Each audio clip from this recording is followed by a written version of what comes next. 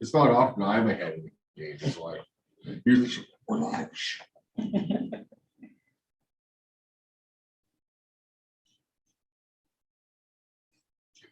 Have you talked to Casey since again? No. Okay.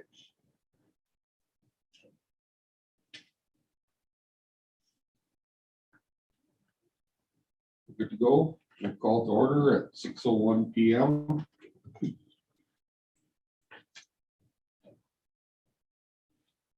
Adoption of the agenda.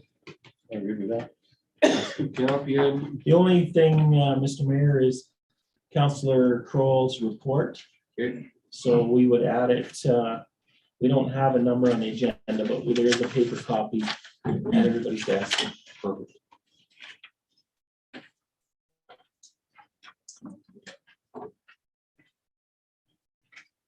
Delegation had our CM. You need to vote. Oh, sorry. Motion, all in favor? Carried. Council Kroll? Yeah. Okay. Carried. Delegations and our CMP. Welcome again. You did that one already? Yeah, time flies. Tell me about it. There's room, Brimo, just going up to the podium. Sure. Yeah. You gotta get one that moves up and down. Get on your knees, come on. Oh. Tough Says crowd. the Yeah. challenged lady in the left. Sorry, I have some feet. That's okay, speak your mind, I got thick skin. I'm sorry. Someone has to reach the top of the cupboard. I'm not Yeah. ordered. Yeah. I'm out of All order. right, good evening, Mayor, councilors. So you got the provincial report, that's our third quarter again. Again, it's the provincial side. I'm not sure how interested you are about all of it, but I've also included the town of Hannah statistics. And those are the stats that break it down. Just to briefly talk about the provincial detachment side of things, you'll see people crime, like violent crime, they're going down, but property crime is increasing. And that generally carries over in that theme into your town statistics, unfortunately. So it's broken down again into different areas, traffic, et cetera, all the way through. So I'll just quickly highlight it. And you have the first 2 quarter statistics if you want to delve into it, break it down and look through it as well for the numbers. But just on an overall analysis here, for example, traffic offenses, collisions, there was 10 in this last quarter. That's an increase. The traffic offenses, meaning number of tickets written, that's increased. So we are doing greater enforcement. Very minimal, if any, change in the provincial offenses, municipal bylaws. Again, the Firearms Act one, that was a kid with a pellet gun. So it's not like you got gang shootings or anything like that. It was someone saw some kid with a pellet gun and reported it. Failed to comply, those are always steady. We nonstop with people not listening to when they're supposed to go to court. The other criminal code one with the selling of tobacco products, we all know what that's about. We did our search warrant on the Tipsy Cow, the undercover operation. Charges resulted from that. Those are before the courts. Then we get into the drug charges. They're just 1 each. There's no real increase or decrease. Criminal harassment, harassing communications, they're down, which is surprising. Yeah, usually they hold steady. People just love bugging other people, sending bothering text messages. You broke up with me. Why'd you do that? Oh, I can't get over you. It's like a, So opera. I was gonna say a country song. Okay. But football Same program. thing. There's no dog in it, so it can't be good. That makes sense. Never I said. don't love you no more. Yeah, exactly. Assaults, they're down, which is positive. Yep. Bicycle thefts, minor thefts, they're down this quarter. So remember I said it for this quarter. Yeah, I was gonna say they're not looking at a next order. No. That is Thefts nice. of vehicles, they increased. So there was a total of five vehicle increase. Property damage, mischief, vandalism, that sort of thing, they're down, but still you got like 6 cases over 3 months. Crimes against property, so frauds, they went up. And remember, this is the quarter where we include Christmas. So people are always out there trying to scam other people for money during Christmas holiday season. And our seniors are extremely vulnerable for that.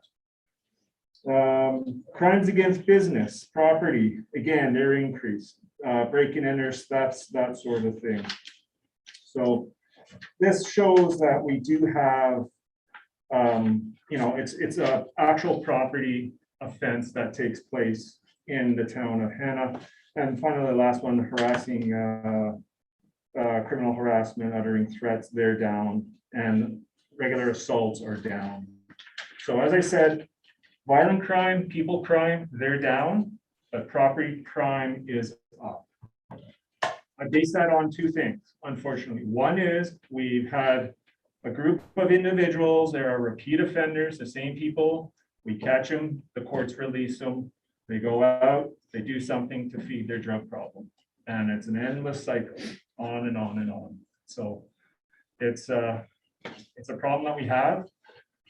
I don't know what the answer is, whether it's the courts, they will not hold people who are nonviolent in jail. They see it as a social problem, they have a drug problem, and they want it fixed.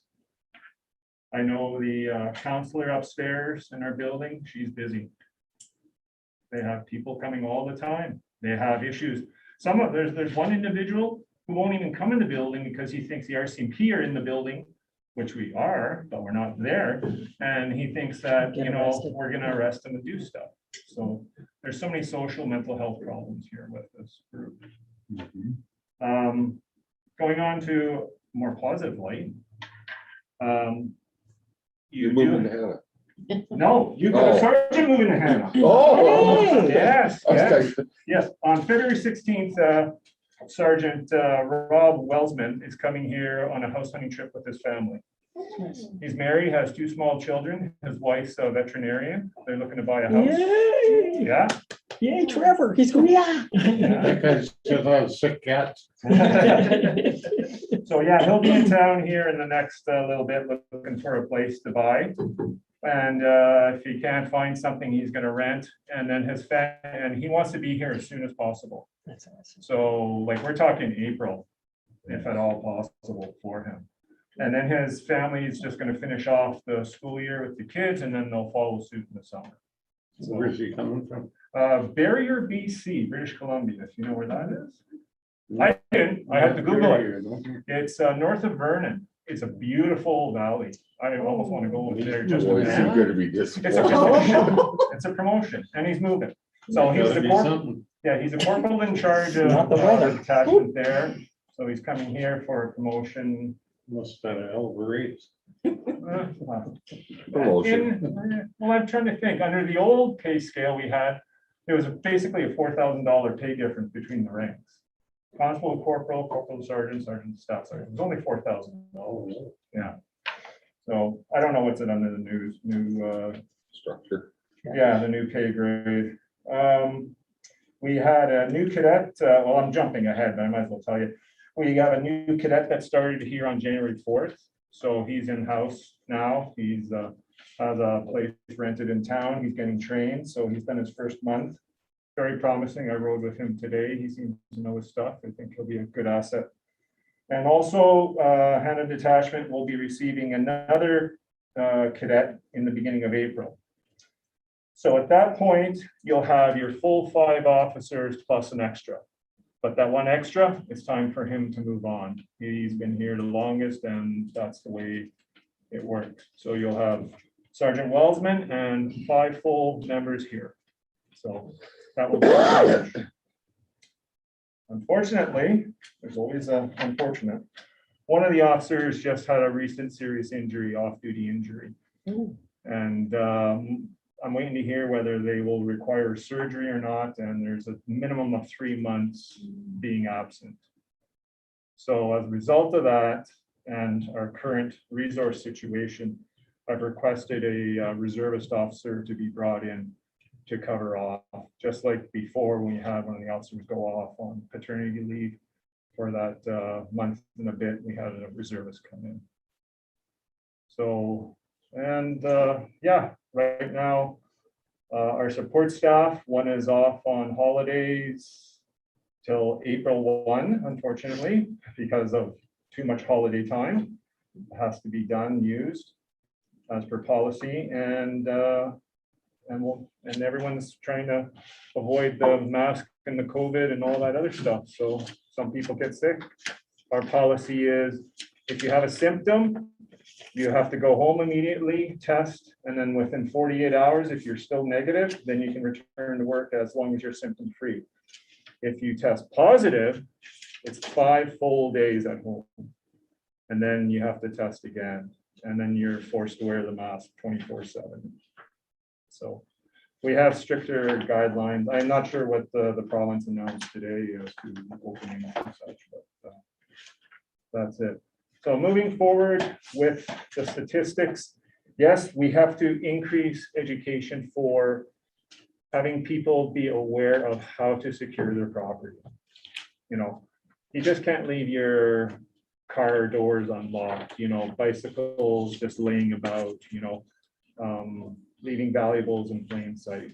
You know, everyone wants a small town and know your neighbor and leave the doors open and that sort of thing and trust. But unfortunately, there are individuals who will capitalize on that and take advantage. So I believe the easiest way would be education. Just start sending out messages through the different avenues that we can communicate with the town. I've been blabbling away too fast. Any questions? Go ahead, Sam. No, you're totally good. I'm gonna sneeze, so you go ahead. Is there a minimum amount of time that the new sergeant would have to be here? Or 3 that's- years. Oh, a minimum? Yeah, But that'd he be, could stay well, longer? he would technically, the only way would be is after 2 years, he can apply for a staff sergeant's job. So you must maintain 2 years in the rank before you're eligible to promote again. So, but generally Hannah is a 3-year plus posting. So I have to make him very happy, Yeah, send him gifts. and his kids Mhm, and his wife. mhm. We need a You have to vet. spoil her. Everyone needs a vet. Yeah. Yeah. Her, she started off, talking with Rob, she started off as specializing in large animal, then went to pet small animal, but I think he said she's probably not too hard to switch back to large animal or whatever's necessary. I think that's, That's I think awesome. that's Yeah. what we're needing. That could look after horses. Yeah. Should be super busy. Yes. Definitely. Attitude. Mhm. You'll want to keep her more than him, I think. Not wrong. Yeah. I can help her keep that. The, what is it called? The special group that you send people to when they've been injured or have witnessed a crime, Victim the services, victim services unit has disbanded. correct. So, Now, that is a serious, so I am very concerned about Right. that because I was the victim of a home invasion Yep. robbery here. What, do you know what's happening and how are we getting this? We took it off the back of the cards because I print your business card. Don't take that off. I went, but how is anyone going to know who to contact? okay, so currently, my understanding is when I arrived, Trent had it so that we have to offer after policy victim services to all events. Majority of people are like, okay, I was in a car accident, I don't care, or someone stole my bicycle, I don't care, they decline it. But in the more serious ones that people do want it, Yeah. we either tell them to contact Stetler Victim Services. They actually have a victim service unit operational. Okay, Stetler. Yeah, Stetler's the place. I contacted K Division Victim Services in October when I got here and said, hey, like, What do we do? Yeah. what do we do here? Like, this is not proper. And they said, so I got the history of it all and they told me what transpired. So Oyen, us, and Drumheller, it just all sort of had a big fallout and disbanded. I talked to the corporal in Oyen and him and I, we're trying to restart the victim services unit. And I've reached out to some of the previous members of the victim service. They are interested. So now, this month, I get a message from Edmonton. They can't allow us to move forward with victim services because because it's run by the province, or it's mandated by the province. They have to wait till the province comes up with their new way of dealing with victim services. They're coming up with something. So it's a hurry up and wait sort of process. But at least I have people's names. Okay. And we're ready to go as soon as that happens. And Edmonton knows that myself and Rob over in Wayne are very eager to get this going. Absolutely. So, yeah, it's a high priority for sure. Thank you. I Yeah. appreciate that. Sure. Mr. Mayor, if I might ask, Go ahead. just from an FCSS standpoint, it's a fairly large geographical area covering Drum Point and Hannah. Yeah. And that was one of the difficulties with the victim services under Big Country Services. Is there an opportunity while they can't form anything new, can we align ourselves more formally with Stettler as a satellite from Stettler? Because I know I've had calls into the office, FCSS office or town office here, looking for victim services support. Mhm. Not a lot, but I've still had some, and it only needs to be one person that's really looking for that support. And Right. I certainly wasn't aware. I had contacted, it was Three Hills was my contact. Yep, And she was like, and really, we're not supposed to be in your area. that's correct. Yeah. So it would be nice if there was something a little more, even if it's a satellite and informal I'll- thing happening. I'll ask tomorrow up in Edmonton and get back Okay, with that. Again, I know it makes no sense. We all want to do something. We all want to help. But yet everyone keeps their little toys in their own little sandbox, and it's like, no, you can't have mine and we can't do this.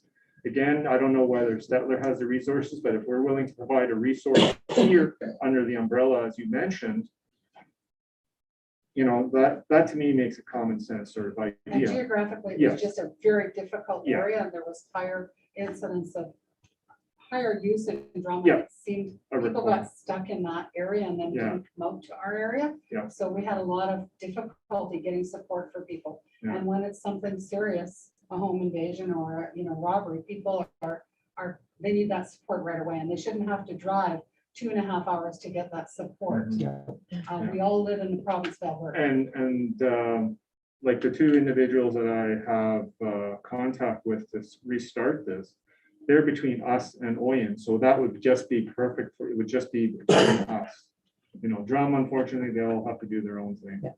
But, they just want to do our communities. Good. Thank you, sir. Yeah. But Can I ask your personal opinion? I don't know if I can get it. It depends on the question. Well, I attended the federal police, the RCMP session. Okay. Last week. Yeah. And there's another one coming up tomorrow with the provincial. So I know there's a lot of unanswered questions. Are you able to provide your opinion? I unfortunately am not. Everything has to be, as much as I would love to, and I have opinion on certain things, it might not be the opinion of what the Yeah. official RCMP answer might be. I kind of got it from the guys that were there the other day, Yeah, the members, and they mentioned, they said they knew you, and yeah, that they were quite positive. Yeah. so, yeah, Okay. unfortunately, there's so much political stuff. Oh, yeah. I could say many things, but Too much. yeah, Too much, but still, you're governed under the Constitution, right? You answer to the Constitution? well, With I made oath to Yeah. its people, Yeah. yes. Okay, Right. that's all thank you. Mr. Hill? just a couple, Ramo. Sure. You talked about securing your valuables, that type of thing. If you Mhm. guys have any promo material, like the RCP have any promo material that we can share on our social media, just send it to us. Sure, And okay. we can put out that stuff on our social media program. Yep. I'm assuming that you guys have some canned, Yeah, we have like brochures and that sort of stuff, and those can easily be scanned and posted on those sorts of Yeah. things. okay, Yeah. just if just to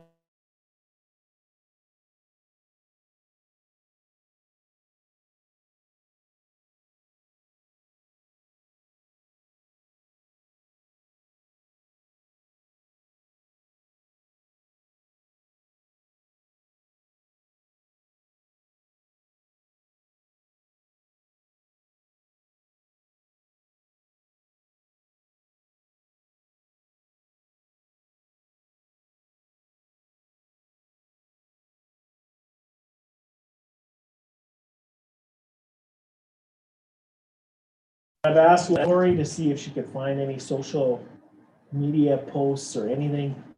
I've never seen anything about, not turning left and crossing over a solid line, but I did bring that to his attention, just in case you were wondering, and I don't know if you've had any update on that, Ring, or whether it's been something that's caught your eye, but. I have not, like everyone goes to the post office. Yes, that's probably the most often it's there. Yeah. Not all of the situations they described were there, but that's by far the most popular place to see that occurrence. The RCMP officers tend to do that when they have to check their mail too. Ah, I have sent out the message. I told him that we'd had Yeah. that information, so. Many people.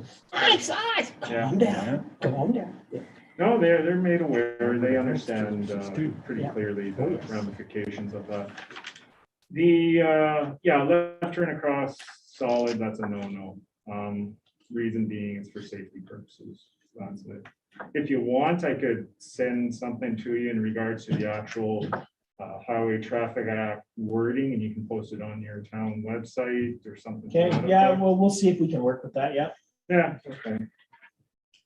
You mean parking like on Main Street when you're heading east, Yeah, if you're heading Swing east around. and then you want to go right to the post office there, you cross over the solid line. yeah, well, it's happening in all three blocks and it's Yeah. increasing. Yeah. I never used to see that in this community, but Yeah, boy, you see it every day now. yeah. Somebody's So- doing it. So what would be a fix to it? Because you think you're gonna solve people from not doing it? No. Mm. But if they're aware of it, I was just Couple of wondering tickets. in an accident a few years ago, because I had parked angled at the post office, and I had always shoulder checked to check over my shoulder. then they And, came and in. I was backing up and somebody was honking at me, but what the heck? And they were coming to park in around beside me, Mhm. heading east. Yeah. And, it was just because I never had that happen before. So It can create accidents. as well. Usually a few tickets for all that usually gets I don't think there's around. many people doing it that think it's Never legal. had to do that. Yeah, I mean, of course, I would never do something like that. well, actually, it's funny because ironically, I got my map figured out, so I don't have to do it. It's one of those pet peeve things for me, but. Any, who's on Mr. Drummond's water tank yet? The water tank? Water tank has been found. Yeah. Sled. It's a sled that's What was missing it? now. Yeah, it's been Yeah, returned. Water tank was found, sled missing, yeah. Well, he claimed he knew where it was. Or lots of people seem to know where it was, where they thought it was.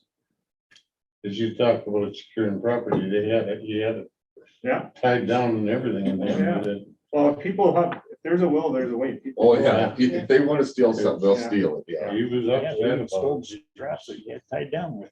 Really, huh? He was pretty upset. They might not have met him. They probably didn't know how big the dude is, because I sure as heck wouldn't get him mad. Chad? Ooh, nope. Oh, He's a big his guy. dad.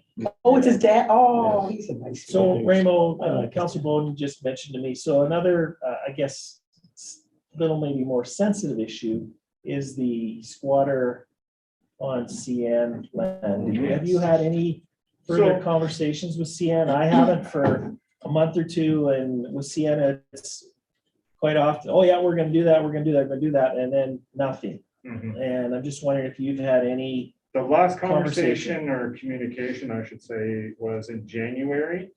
And we had gone and we had taken pictures of the sliding door and the door bolt and everything like that. And the idea was that he was going to send someone there to weld everything shut.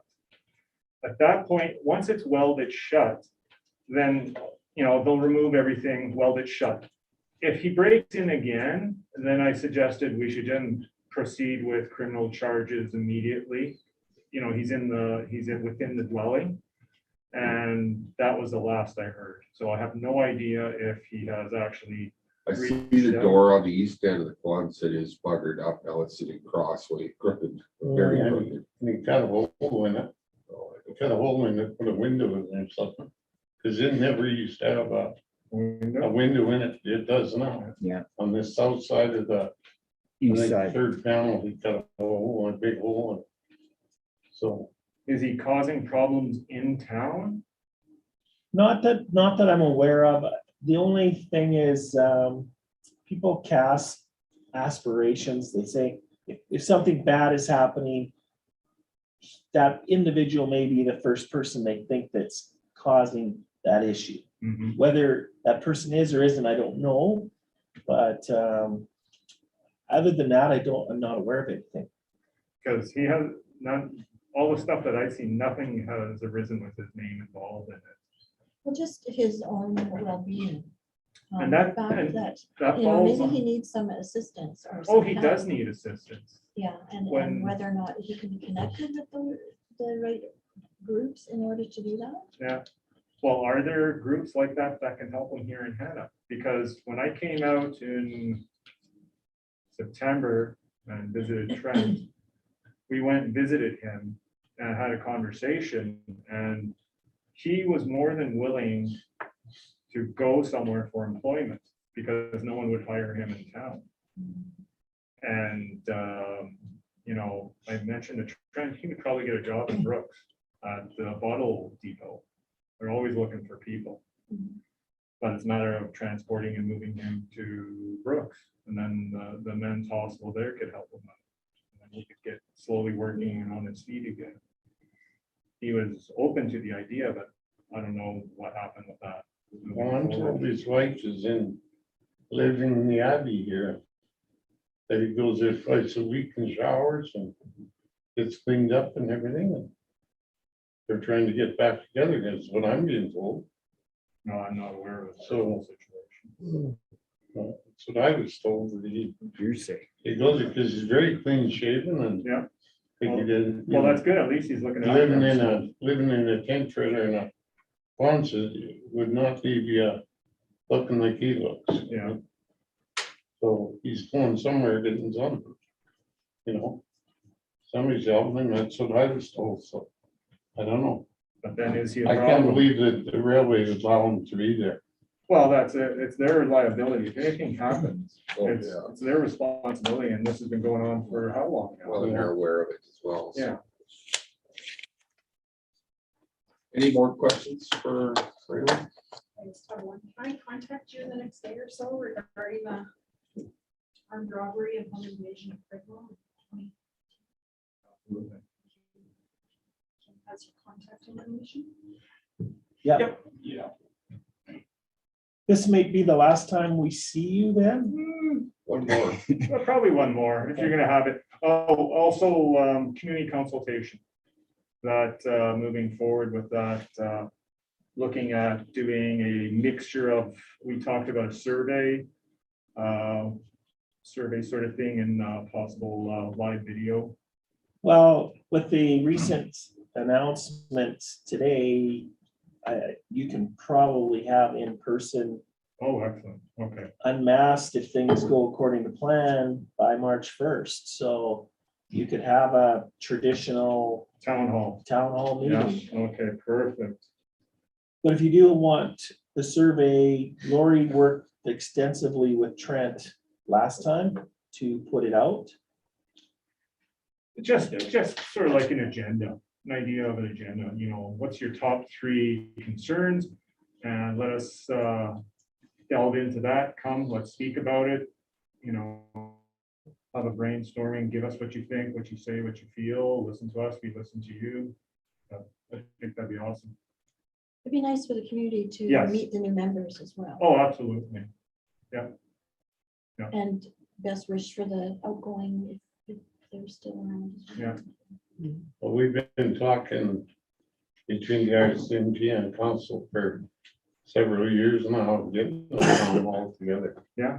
To get this going, it'd be nice to see it started. Oh, absolutely. It'd be really nice. Yeah, we did one in Yeah, there's one. 20, it was before COVID. Yeah. We did a large survey, very large survey and an open house.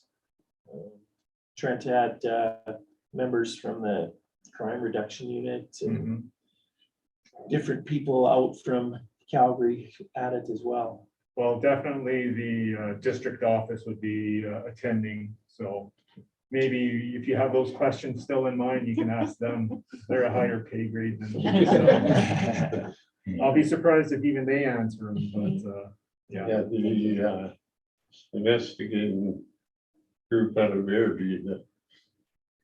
It was the ones that are on top of the wire thefts and that. Oh, They were here that time. yeah. That was, yeah, yeah, that was interesting.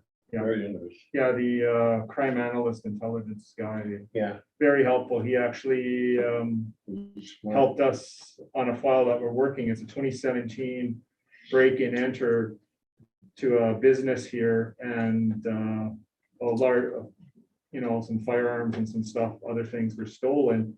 And we collected cigarette butts, and there was some glass with blood on it and such.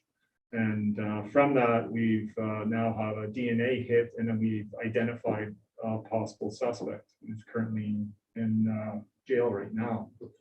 So You'll have to do that go old look CSI sort of thing, we get them done.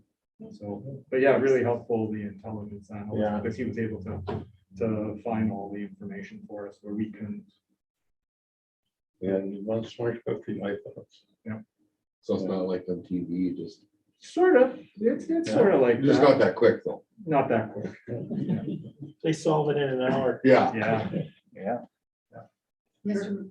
Mayor, I just wanted to Go ahead. I'd be remiss, I was gonna follow you out and give you the information, but when we have individuals that are looking for additional supports, the Ministerial Association here has been very good okay, and helping us with people that come through, looking for some help to just stay overnight and get on their way again.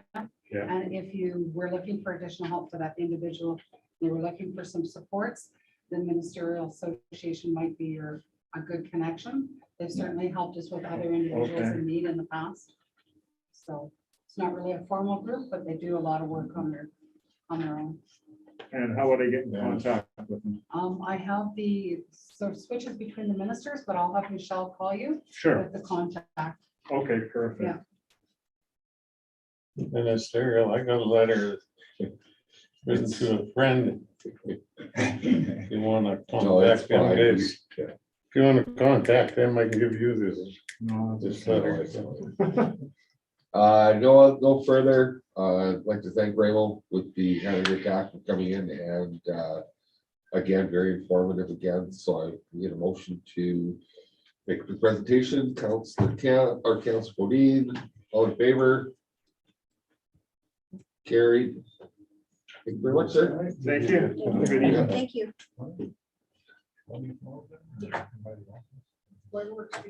Whatever. Our next is Mr. Trevor with the Hannah SPCA. Our new Hannah SPCA, I guess it is. To a degree, Yeah, sort of. old, new old, Little we. yeah. So thank you, everyone. Good evening, and thank you for your time. I will try not to take up too much of it. The report I sent you is in the package, so I'll just hit a couple of the highlights if that's all right. As you all know, just before the new year, the new management took over the SPCA. I am part of that new group. It's the core group is 7 individuals, and the wider group is somewhere around 18 or 20 of us. So it's quite the team we have this time. We're working on a major rebrand to mark that changeover. Next week, we'll be voting on the new name and the new logo. And hopefully by this spring, we can actually implement everything when the government actually sends us the mail to say we are that name. The support since the transition from the community has been absolutely overwhelming. We put out a call for volunteers and we have over a dozen new ones now. And that 3 new foster homes was accurate until this weekend. We're probably sitting somewhere around 7 or 8 foster homes available to us now. We had quite a response this weekend. Media and Drumheller has been calling us for interviews about what's been going on and the Betty White Memorial program that they were running. Our first 50-50 raffle netted over. So Trevor, just Yes. unless I forget, so you had mentioned me a number on the Betty White that surprised me. Yes, Can you share that? Is that? I can't recall the exact number, but I do know it was right around $1,100. So, Nice. yeah, it was quite good for us. And yeah, the 50-50 we ran last month netted just over 1,200. And the community has really stepped up to lead a bunch of fundraisers for us. Mayor Pavischuk has his hair. It's going to be leaving him sooner rather than later. Very soon. The school did a fundraiser, a toonie for a Hershey Kiss candy, and they brought in $200.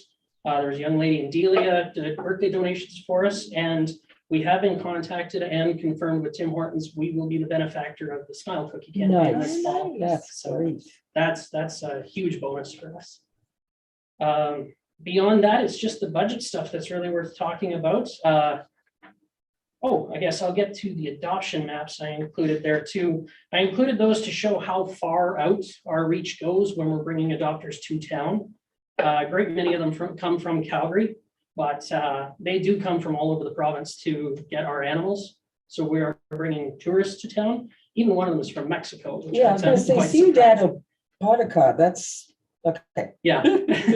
They have relatives here that are waiting for COVID travel restrictions to make it easier to take the cat down to them. So, Nice. yeah. But yeah, that was just to demonstrate that. I include this strategic business plan more as a curiosity for anybody who wanted to see what our goals exactly were.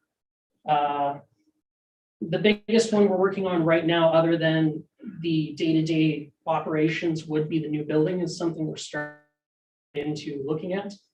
We're looking at every option we have right now, whether it's renting of an existing facility, buying a facility, buying a lot and trying to build, or we're looking at everything we can right now. We're brainstorming is probably the proper word. Yeah. And then, yeah, beyond that is just the budget that I have provided there. It's just at a glance using the past few years to average out what our costs are looking like. I did include a grant from that the town has provided in the past. Just to show how that fits in. It has fitted in the past. Our biggest expenses, as you can see, are veterinary services in our facility. We're hoping the veterinary services will come down as we keep the population in that building down.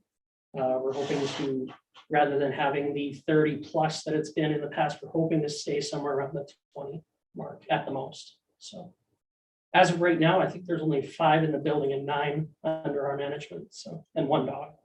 So. As soon as your casino come on you. We just got that money in at the end of 2021, so we're not eligible again until 24. But with them not running it through the COVID season, we're not sure how that's going to look, if we're actually going to get in there in 2024, or how they're going to reschedule that, if they're just going to push everybody back to make up for those who missed it.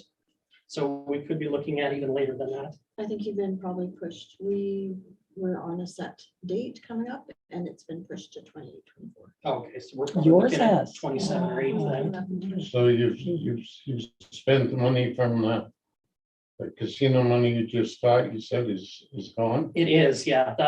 I'm trying to think how to put this diplomatically.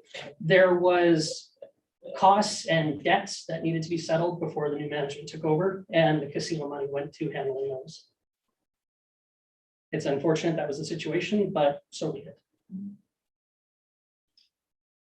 Yes, SPCA is a charity, is that right? that's correct. We are a registered charity. So with the name change, how does that work with your charity? Is it grandfathered or do you have to reapply for a new charity? We keep the charitable number, and we don't have to redo any of the charity registration. You just do a name change? Exactly. We just have to have our membership vote on it next week. We've already applied, reserved the name with the province. We did that in December, and we just have to, after the vote, submit it to the province officially. So. And are you also, with the wide area that you cover, are you also going to be contacting those areas to make people aware that you are looking after their community and asking for their financial support as well? It's definitely one of my plans. It's a board decision how we go about any of that stuff. I'm not a one-man show anymore, thank goodness. So it'll depend on what the board decides, but I'm willing to, I fully believe they'll be on board with approaching Starland County or the town of Delia or Coronation and Painterth County for even a little bit of financial support. Yeah, if they're benefiting from your services, you would think that, you know, maybe they should be aware that. Yeah. Are you able to accept your donations online? Yeah, we can do Okay. e-transfer and E-transfer. PayPal. I believe we have a PayPal account. Okay. I'm still getting a little bit oriented what's Yeah. happened the past couple of years, but So just getting that out Yeah. might be of value as well. And do you have a website? we do. It's still hannahspca.com, but as of next week, I'm not sure what it's going to It look will like, change. but that will be very public. We're hoping this spring or early summer to do an open house to introduce everybody to the new team and the new, kind of do a rebranding launch. Mhm. And all of that information, we're going to try and make it public there. So, Maybe a drive. A promotion drive. oh, yeah.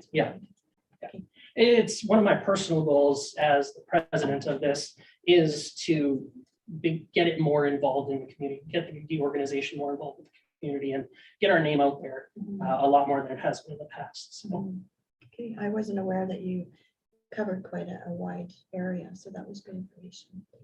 yeah, there's not a lot of rescues in East Central Alberta, unfortunately, so. Yeah. So that was actually one of my questions. How many are there? There's none in Oyen? You have to go north to Lloydminster to find one, south to Brooks or Drumheller. Stettler has one, or Three Hills does have one, but they have been full for 5 or 6 years, so we've been covering their area quite a bit too. Other than that, you're looking at maybe Airdrie, the Highway 2 corridor before you find anybody.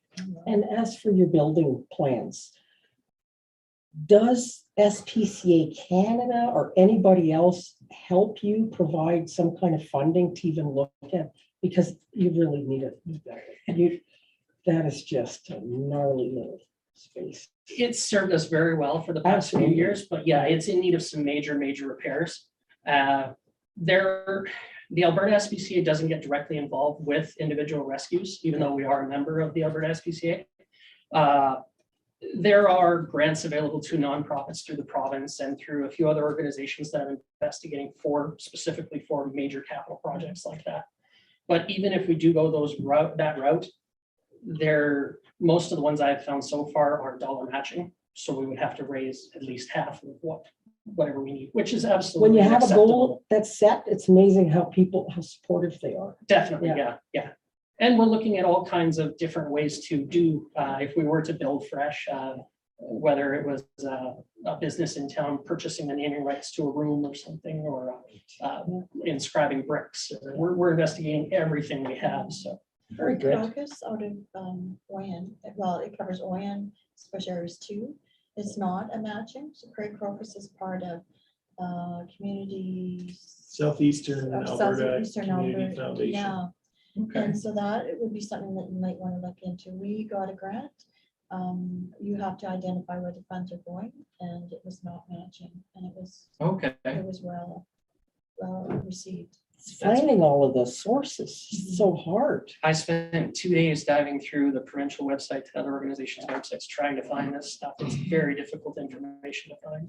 Yeah, no, that's great. Thank you. Yeah, if you wanted to contact me or whatever, I can let you know who to get in touch with, because you have to attend a grant writing workshop beforehand. Your odds are getting a grant or better if you attend it. Mhm. Somebody from your organization does. And so Okay, yeah, no, I'll take you up on I that. think for sure. Trevor, if you Google Southeastern Alberta Community Foundation, I believe they have a website or at minimum a Facebook page. Community Foundation. and then Craig Crocus is underneath it. Yeah. Well, that's great. Thank you. That's very helpful information. If nobody has any questions, just a couple comments. I was gonna say, any other questions? Oh, do you have repairs that you're planning? I'm just wondering if it would be a good opportunity to include those in a welcome package for people coming to town. I don't know if that might be valuable. We don't yet. I've held off on the sort of promotional Yeah, until material you stuff get going. Yeah. till we have the new name and the logo, because it would have been a waste up to this Oh, yeah, point. for sure. So, but yeah, it's It on might the be it's on the something. docket to produce a lot of stuff like that. Okay, So the building you're in, Trevor, other than the fact that it's may need some repairs or whatever, is it still with repairs and maintenance? I don't know if they're big ticket costs. Is it kind of set up the way you'd like it to be in a perfect world? For, I've only been in it a couple of times and Right. it seemed to work well the way it was being used and the way it was set up, but I'm not an expert in that, so. right, the repairs that are needed we're investigating the one, it probably is going to be a big ticket item. We're looking at major foundation repairs. Yeah. But as far as how it's set up for cats, it works just fine the way it is. As it is right now, we can't have a dog more than a couple hours at the most, so that's why we're relying on foster homes for the dogs quite a bit. It's just not set up to have a dog in there. They're confined to those Depends. 6x6 kennels and Okay, second comment is just, I talked with Trevor, so just a refresher for council, when we approved our 22 budget, we did not include any operating grant from the town. So with the information presented tonight, my plan would be to bring this back on our March regular council meeting agenda for review and discussion, and I'll probably stick my neck out and come up with an amount that I'll put in the recommendation. If council decides that's too high, too low, certainly it can be amended or fixed. And just from your perspective, my initial thought right now is bringing a recommendation for the 5 plus the 2,400 that your budget is short. So I would probably be bringing a recommendation of somewhere around that. But certainly that would be amendable by council and can be dealt with and discussed at that point in time. I didn't want to put it on the agenda tonight. You just received the information. So that's kind of where I would go. But I also did tell Trevor that I didn't want to see them flounder, getting going, newly going, and be all of a sudden inundated with bills and be worrying about bills instead of the service they want to provide. So It's very obvious that it's a very near and dear service in town. Yeah. The people, like, just every time you turn around, there's something else there, but as well as the haircut thing. I mean, it's amazing that people throw their support behind it. I mean, but it has been, just so you know, Mr. Mayor, it has been controversial. oh yeah, And like I said, over the years, the town has provided a grant. I think the highest we've been is 15. I think it's been between 5 and 15 and 5 the last couple of years. But we were at 15 because they were in some financial difficulties. Then they kind of were had a little bit of light at the end of the tunnel, and we reduced it. And so that's where we've been. And that's my plan, bringing it forward to you guys at the next council meeting. I'm not sure where the controversy comes from, but having those changes now and really working on having a professional proposal and everything in place, any controversy that might have been there is probably going to wane. Because I know that the comments I have people walk into my print shop just to let me know how disappointed they were when the SPCA was closing. And I had to do something about it. I said, we're working on it. So there's a lot of passion out there because your service is needed desperately. So I'm certainly very supportive of that. So yeah, so we'll bring that back. At the Controversy March, comes whenever you spend money. at the March council meeting. It's true. I think some of the controversy, though, a portion of the controversy raged around the SPCA name and the SPCA involvement in things such as rodeo and, how they were impacting rodeos and stuff like that, that some of our rural people who are strong proponents of rodeo and stuff got a bad image of SPCA, and then that reflected back on our local organization. So, but, around the conversation around previous councils certainly was much discussed, and a variety of opinions on support and what level of support. we've got a new group here but that was the Lucky plan, Trevor. Mr. Mayor. But I Thank you. think the goal of adopting them out instead of just being a housing facility and keeping all the animals, getting them out so that there aren't constantly 30 in there that you're having to feed regardless, that somebody wants them and we'll go out to farms and like Mayor Pavichuk had, requested as well. So as long as there is some movement in doing something with the animals that are in there. I do have a note on that. The 9 or 10 that I mentioned that are under our ownership right now, they're all spoken for. They all are spoken for. We're just waiting for them to get fixed to be able to sign the adoption papers. So Wow, that's it's we're reimagining the way everything was done. We're starting with an existing society, but a blank slate in the way of thinking. So great. Yeah. Great. And you're not in enforcement in any way. shape. absolutely not. We have no authority to do anything, which is partly why we're getting rid of the SPCA name, because people think we can, or like Kim Yeah. said, Obligated to. they think we're associated with the Alberta SPCA coming down on rodeos, and we just don't want that sort of attention brought to us. So we're trying to separate ourselves from that. The other thing I think we need to do a better job of working with the SPCA is trying to delineate the good work that they do on keeping our feral cat population down. I know if you read our favorite social media, you will have people who complain about cats and feral cats and what's going on.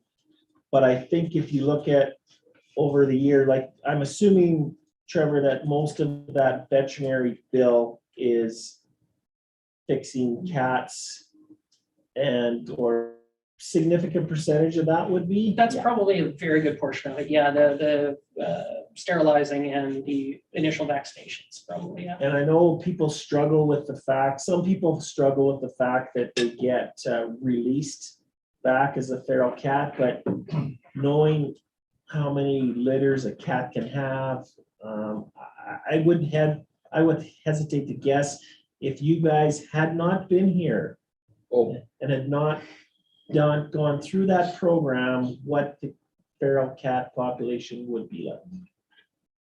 So we have to do a better job because people will call, do you have a cat bylaw? No. Well, we need a cat bylaw.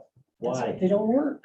You Well, can't, you there can't are a lot of, tell a cat what to do. You cannot tell a cat what to do. I've learned this, Trevor. So just, Cannot. I think we need to work with these guys and do a better job on promoting some of those positive aspects of the program that they do offer, so. Well, and they keep the mice population down. To a certain So extent. what do you have to do or be to be a foster? There's just an application that has to get filled out. It's just a few basic questions. What pets do you have at home? Just so we get a feel for what animal would fit with you. And there's a couple of references we asked to be provided just to make sure you're not crazy. And that's pretty well it. Oh, I resemble that. So much for that idea. Which one did you say? I got one, Fred, you're fine. Trevor, you talked about the 9 or 10 cats you got, Yes. and then you said you're getting them fixed before they go. Mhm. So why are you paying the $170 to get them fixed?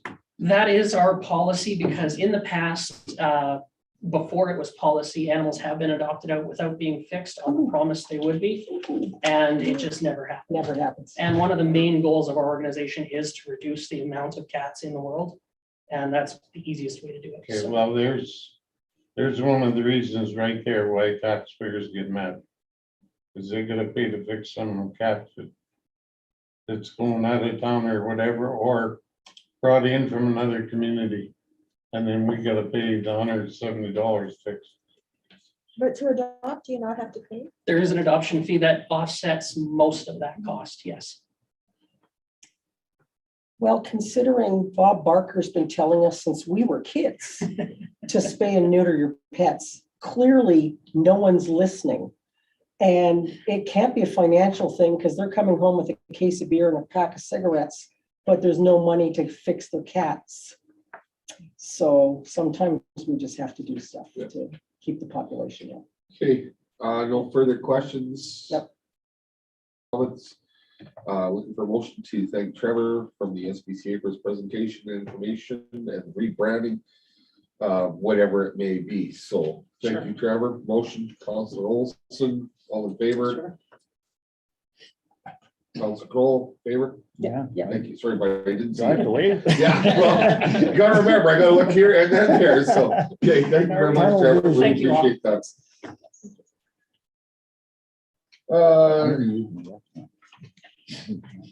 No public presentation, Mr. Moore.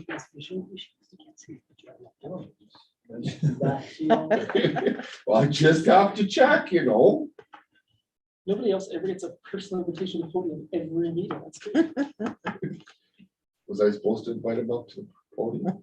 Oh, he always does. Oh. It's official. And he just passes? The standing invitation that he's declined. He comes into my shop and tells me everything, and then I bring it up at the meetings. Okay, moving along to our regular minute meeting. Well, boy, I was hacked out of, didn't I? Council meeting minutes. Everybody's had a chance to go through them and review them. Any errors or omissions? Seeing none, we need a motion that the minutes of the regular meeting of January 11th, 2022 be adopted as presented. I'll do it. Councilor Murphy, all in favor? Carried. And then the minutes of the information meeting held on the 26th, 2022 be adopted as presented. Motion. Sure. Councilor Olson, all in favor? Carried.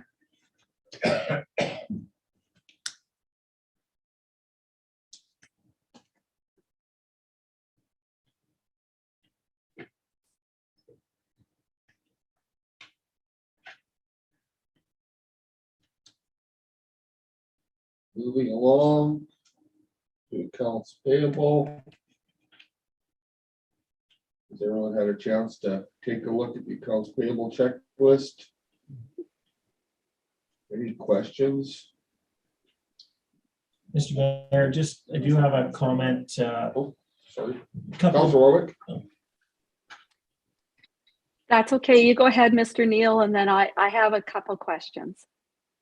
Just wanted to, you'll notice in here, a couple references to golf course boundary adjustment. So the town has paid those bills, but the golf course will be covering those bills, so it's not going to be a cost to the town. That's just, I know there was one here to the surveyor, and then there's one, I think, to Palliser in this as well for that. So in total, it's gonna probably be a cost around 11 grand to get that all done for that small swap of land, but it will be done in legal and forever and move forward. But the golf course committed to covering that. So if you see that and have questions, it will be covered by the golf course. I think, and that's it. I just wanted to bring that to your attention. Councilor Warwick? Thank you, Mr. Neal. That was one of my questions. The other question I have is regarding check number 042056, the Stingray Radio Incorporated. I'm just wondering what that is. Is that something that we use to do some of our video conferencing, or yeah, what is that? What exactly is that? Christmas greeting. Yeah, it actually is, and I'll use probably the wrong word. I think it's Q91 or Boom FM, that radio station. We did have some Christmas ads on the radio, wishing everyone a Merry Christmas from Kamehameha and council and staff. So Stingray is their corporate name. Okay, thank you. I appreciate that. I just wanted confirmation.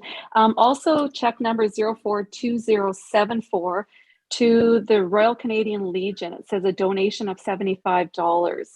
I'm just curious, like it's in memory, and I'm just curious, does the council give money to the Legion in memory of individuals, and how does this work?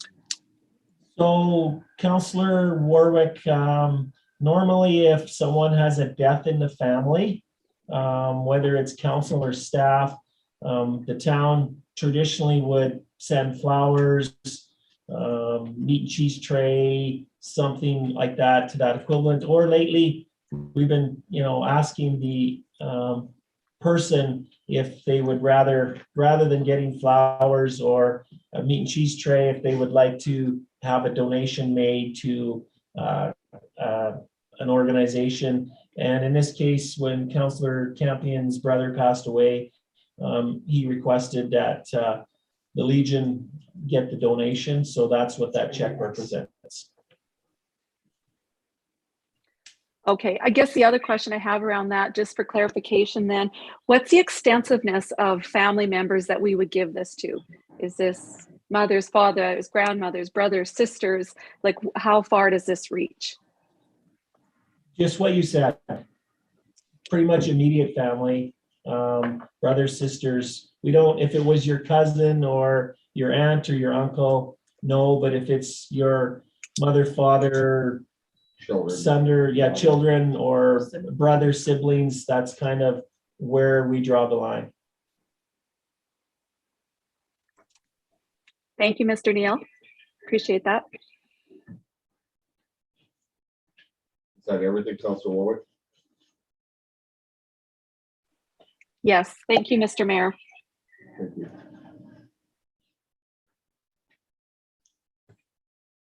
Any other questions? That 04/2084, the Kevin Martin, how many rocks did that how many rocks is that? I think it's 8. 8 rocks? Not bad. Okay. Any other questions? Hearing none.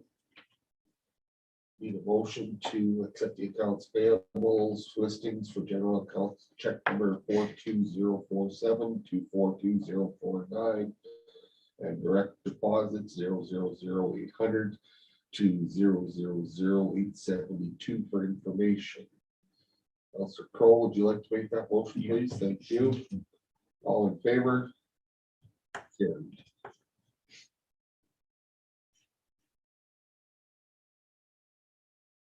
Statement of revenues. Everybody had a chance to review that. Councilor Nels, or Mr. Nels, is there anything you'd like to elaborate on? Mr. Mayor, no, the first January is pretty quiet. Obviously you haven't had a lot of bills in or had a lot of revenue in yet. So I don't think there's anything that stands out to me, but if anybody has any questions, so try and answer them.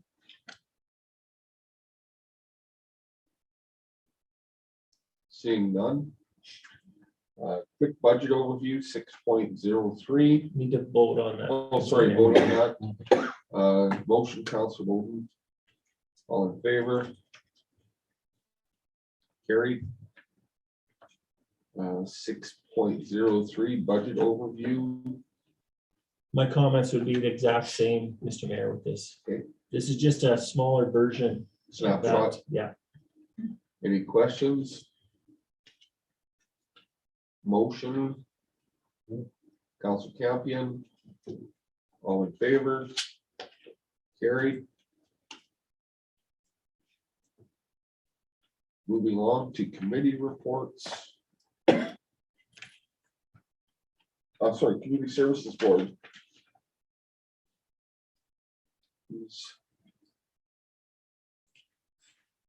Councilor Campion is the representative Okay, on sorry. that board. Councilor Campion. Anything to report? Just, I had reported that my granddaughter would be attending everything. She was tied up in dance recital. And so she didn't make it there. And then I told them I would be going to the elected officials economic development training, and I kind of stopped in on that one. So I missed that. So they there's not a whole lot to report on right now. We're still working with that Drive Happiness to try and get that drive thing set up. It's, they're looking for a list right now, trying to make a list of volunteer drivers that would be involved in it. What it does is you can buy tickets for $10 a piece. And the $10 ticket allows you 3 hours of shopping time with that vehicle, I think it's an hour and a half. or an hour and a half, maybe, yeah, and then and/or 40 kilometers. 90, yeah, I think it's 90 minutes or 40 kilometers. Yeah, 40 kilometers, yeah, 90 minutes, that's what it was, and then it, like I say, they're looking for drivers and everything. Hoping to get it set up, it seems to be a good thing. They had a grant that was put out for it, I believe, was $15,000, I think it was. And we have to have it used up by the end of March, so they're doing some promotion stuff on it, and then planning on getting it set up so they can buy a bunch of the tickets and they will hand them out as a promotion thing to try and get a kick started. But it looks like it's gonna be a good thing for our community. So, and that's what all I got to report. Any questions of Council Campion? Hearing none, need a motion to accept the Community Services Board minutes of January 31st, 2022. Council Campion, all in favor? Carried.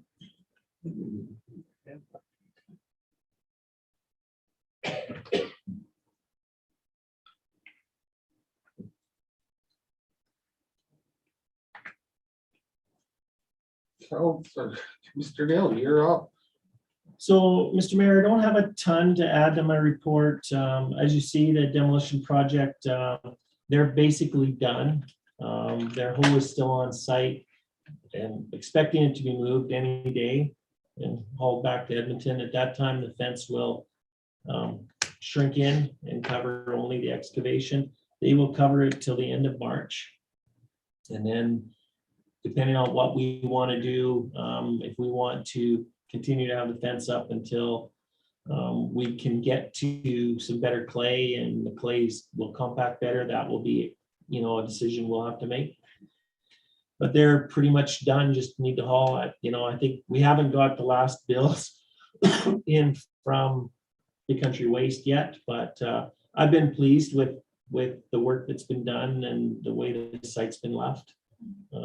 They've done a good job. So that's there. The other thing I just wanted to mention, as you see with Director of Community Services position not here, I've asked the Community Services Coordinator and the Community Services Foreman to provide reports. So you'll see a report there from Kevin basically on some of the things the facility crew have been doing, working on, as well as from Michelle on some of the projects she's been working on. And she does provide a little bit of an update to the Drive Happiness.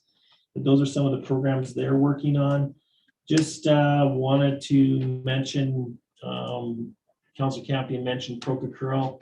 I think Croquet Curl and the outdoor rink are on their last legs, so to speak, with the weather. So forecast looks warm and continue to be warm. So those two facilities may not be operating much longer. So I guess if there's any further questions, I'll certainly be prepared to answer them on all three reports.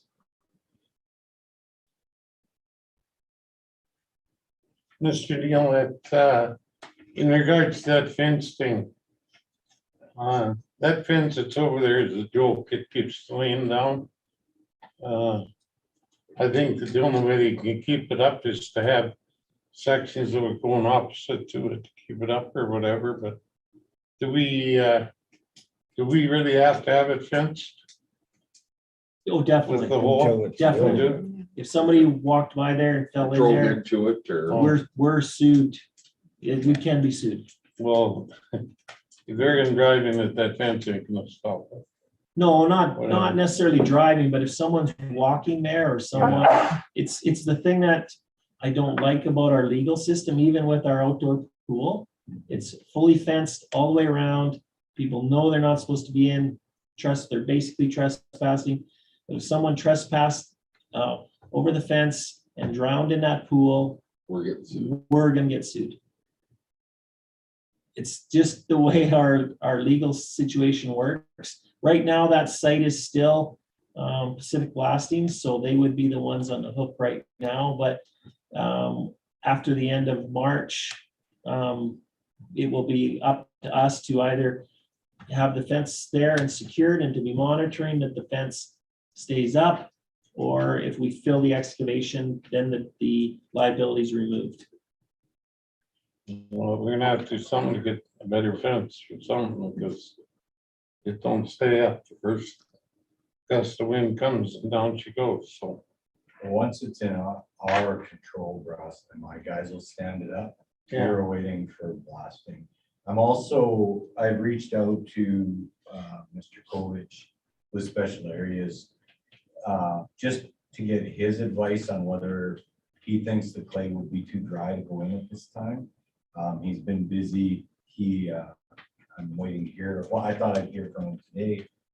If he feels that he can get us a wheel packer or a drum packer, and he feels that, in his opinion, the clay would be wet enough, once we get the roads kind of cleaned up and the catch basin all flowing, we will try to haul some clay in there, even if we can slope From the edges out, the edges west to the middle. end down to the middle, so that if somebody drove in. So I'm working on it to try and, if the weather stays the way it is, I'm hoping I can fill it and pack it without incurring any more costs.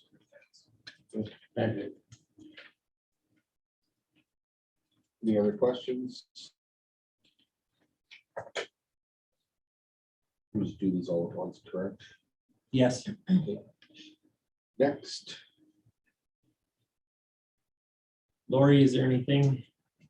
Thank you, Mr. Mayor. No, I have nothing to add. just like that, nothing to add. Nothing to add. Anybody has any questions? None?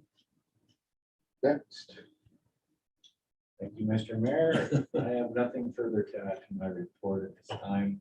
Obviously, you can see the fellows were busy trying to open catch basin. There's not a lot of- February.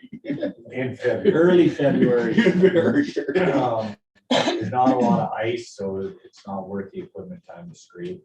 So we've been kind of moving. It'll melt quick in the next few days. We're just trying to make sure it gets to the catch basin. That's where we're at. So if there's any questions. No questions? You guys are using- Carmen, how's Carmen going? Fire department coming. It went really well. We made it to the C event. And we put our application in, and we will be hosting next year if it was approved. They had 28 teams there. Really good turnout, and they're very excited to come there. We've started the process with the curling club, and we'll continue that. Thank you. So the other thing, Next year. and it's not necessarily part of Public Works, but because Brent's the deputy. So I'm sure everyone's aware of the fatality with the Castor volunteer firefighter on the weekend. The funeral is on Tuesday of next week, and our 1928 truck will be there and carrying the casket. They've asked for that, so we will have that there. And Brent will probably, as he said to me earlier, probably be driving it. And so we will have a presence there. I'm sure we'll try and probably have a physical presence from our firefighters there as well, as many as can go. But you know, speaking with the chief this morning, you know, it's been a terrible thing, but the community of Castor's rallied, you know, behind those families and supporting them as best they can. And I know there's lots of offers from fire departments to come in and cover while they're off and not able to perform. So, a terrible situation, terrible tragedy. I just wanted council to know that we will be involved in some fashion at the funeral and there to support that fire department. So do you haul the 28 up there? Yeah, we will. Yeah.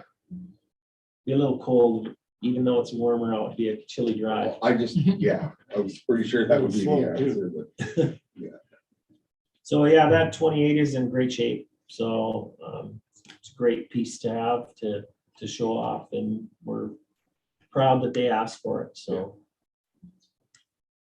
any other questions, comments? Hearing none, we need a motion to accept the committee reports for information.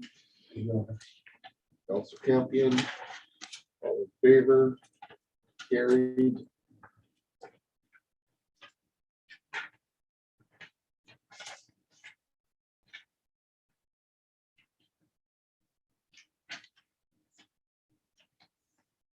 New business peace officer agreement. do we have the motion, Oh, sorry. first, Mr. Mayor? Sorry, we had the motion, did we? No, Sorry. Motion before we did peace officer. we should, Okay. yeah. Council authorized mayor and chief administration officer to enter into a memorandum of agreement with the special areas board in the town of Hannah for the provisions of peace officer services within the jurisdiction of the town of Hannah. Motion. Sure. Councilor Olson, all in favor? No, now we can do discussion discussion and then we, Yeah. sorry, buddy. No, so we've been talking about this since budget time, so we do have the agreement, it's here, it's attached. Kind of highlights of the agreement, we kind of determined it will be effective March 1st. Cost of the peace officer service is $100 per hour. That is all costs, that's insurance, that's vehicles, that's training, that's equipment, that's staff, that's the whole bit all in. The budget that we reflected anticipates about 8 hours a week. This will be here to see how that works, but 8 hours a week. We will have the special areas provide a report to the town of Hannah quarterly, or if council wanted it sooner, just in terms of what they've been doing, what they've been up to, what they've been seeing. They will provide all the insurance coverage for their officers. They will follow the Solicitor General Peace Officer Program Policy and the procedure manual guidelines while providing these services to the town. They will not address anonymous complaints. And they will address dangerous dogs, animal protection, and animal control, but they will not provide animal capture services. So, Mr. Neal, who is to capture the dog? Well, fortunately, we don't have a lot of I shouldn't say we don't have a lot of dogs loose, because we do have dogs loose, but generally 99 times out of 100, they're found and located and back at their home before we even know about them. So we had an example of that the other day. 2 dogs had come into town and we're at Canalta, and we simply asked them to take a picture. They tried phoning the SPCA.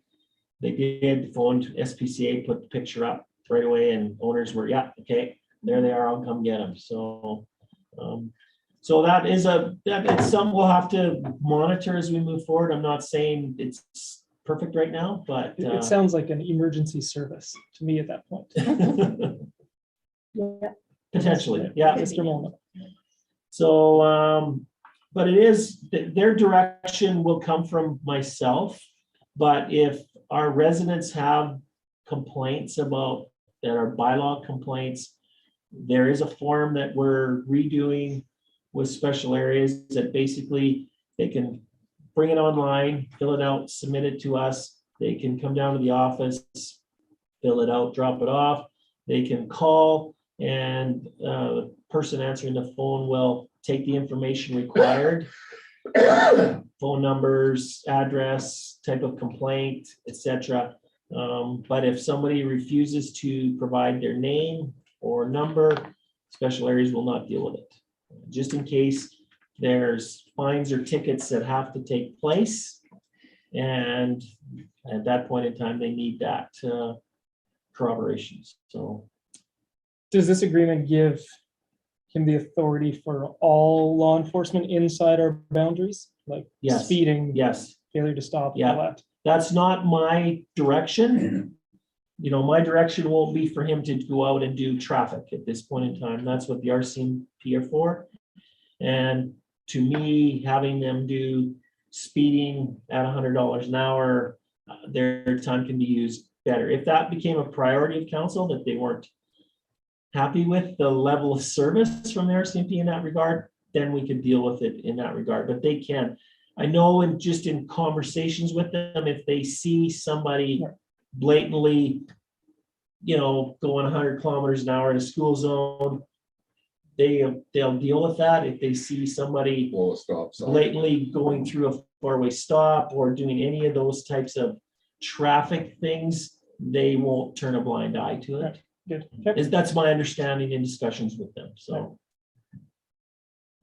So that's kind of the highlights of it. If there's any questions, I'll do my best to answer them. So is there a phone number gonna be posted where people can call to complain? They'll call the town office. So this is only a Monday to Friday thing and that's it. There's also a Well, website, there's that form to report. There's a form to report. Essentially. Most of our bylaw complaints are not urgent, emergency, have to be dealt with immediately.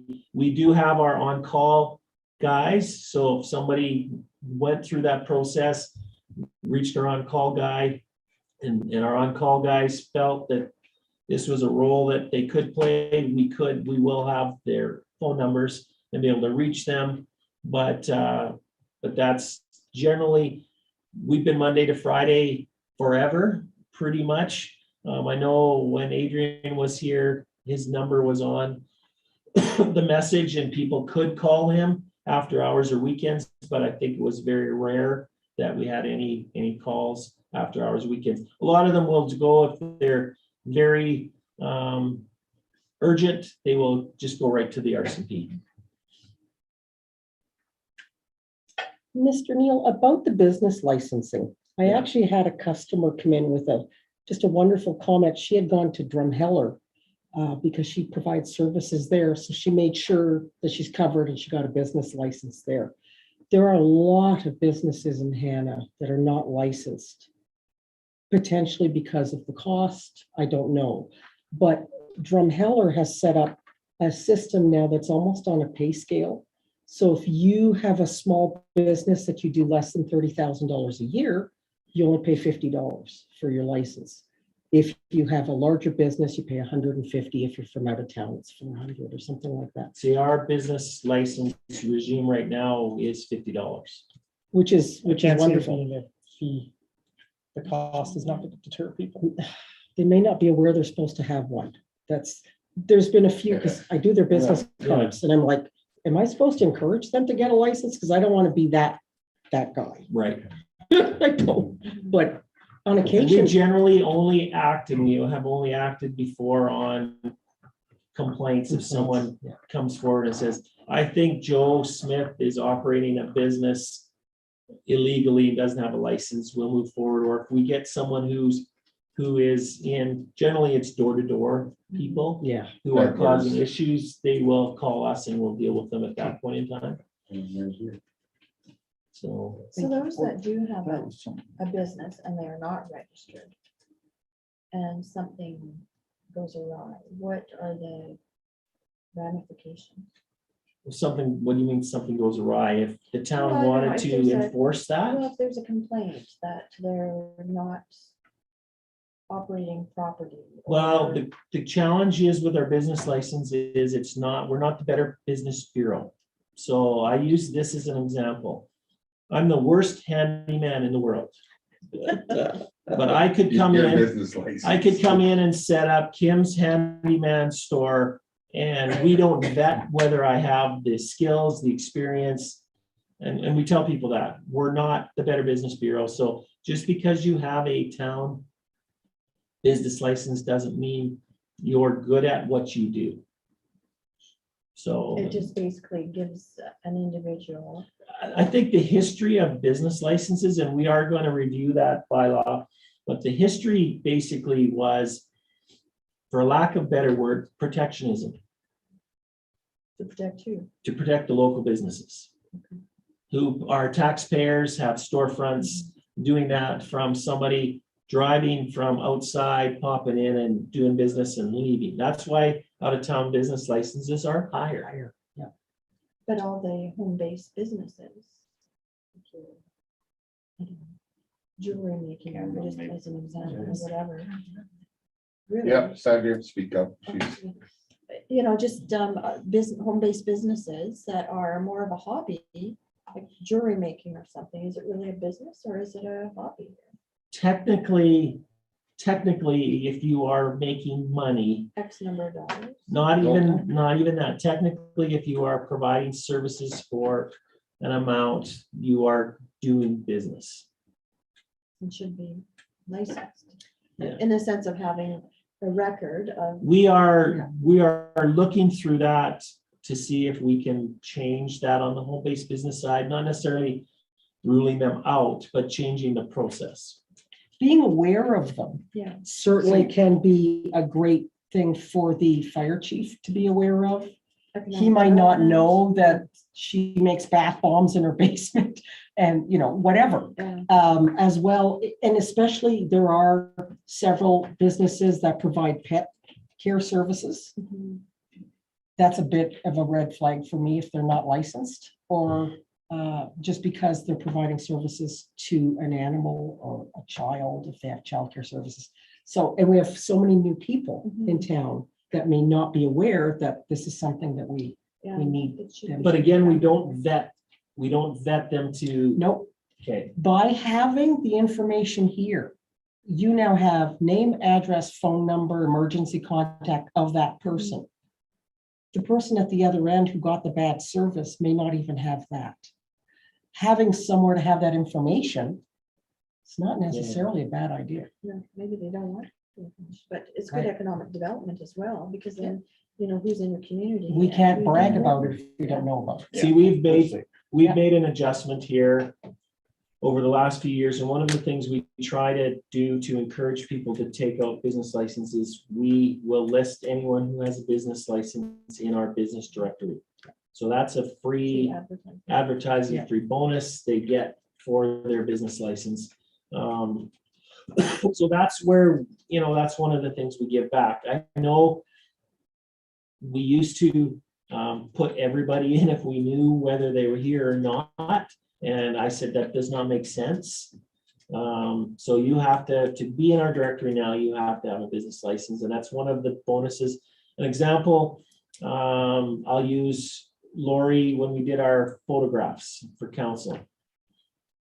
She contacted directly the businesses that in our directory that had a licensed photography business and sent them a letter saying, this is what we want. If we do, in a perfect world, that's how we should be doing that. And we should be recognizing our local businesses and those that have a license. Thank you. I appreciate it. Well, they discussed that at Morin, like in the rural area, they got guys that are doing welding, guys that are, selling hay, whatever, but they haven't got no contact with that. And I know there's been discussion about removing a business license fee. We haven't gone down that road, but I know, for example, when we talk Harvest Sky, Special Areas does not have a business license or a fee, and Youngstown doesn't have a business license or a fee. So we're the anomaly in Harvest Sky in regards to that. So, but like I said, and it's not necessarily a money grab, but there is revenue involved. So if you look at your budget, there's $18,000 a year that comes in through business licenses that if we remove that fee, that wouldn't be there. But it's reasonable fee. It is a reasonable fee. Well, and just like you said, free advertisement Well, we try and to a certain we extent. try and use that to there's those a who value add. question the value, and there's always a question as to why does someone who has a storefront pay 50 versus a home base that pays 100? And the theory behind that, whether it's right, the theory behind that always has been the business owner who has the storefront is paying taxes on that storefront. The person who's got it operating out of their home, they're not paying any additional taxes. So that's why the difference in that fee has been there for a long, long time. I think Lori has a comment. I do just have a comment. I think one of the biggest values with having a record of who's operating a business in your community, and it has happened in my lifetime, where an enterprise will come in, whether it's the renovation of the school or when we had the ATCO camp or pipeline group, and they want to know who are the gravel haulers, who are the plumbers, we need to contact this. So if we want that business in our community, we want our businesses to be able to take advantage of that opportunity. We need to be able to make it easy for that enterprise to contact them. So we provide them with that filtered down information to directly contact that business. That information comes from the business directory, from their business license. When they do their application, we do try to get them to give us, more details. The more the public, the better. Yeah. Some do, some don't. If they do not want to be listed in that directory, we respect that and don't list them. So from my perspective, business licensing will be one of the lower priorities for the peace officers to be involved with. That is just an example of some things that they could do. Their main focus will be on common municipal bylaw fractions, unsightly properties, on-street parking, sidewalks, snow removal, garbage issues, noise complaints. Those will kind of be the main animal control. Those will be kind of the main ones, especially as we're finding our way through this and knowing that, the cost, we don't want to, have them here 5 days a week. We're not budgeted for 5 days a week. So we have to prioritize. If at the end of the day, that's not enough time, that'll be a discussion with council if they want to increase that time, and special areas is able to provide more time. Well, it may be a half a day and a half a day. Yeah, it could, you're right. Yep. That'll be completely flexible. Okay, so we have a motion on the floor. Can we have everyone in favor? Carried.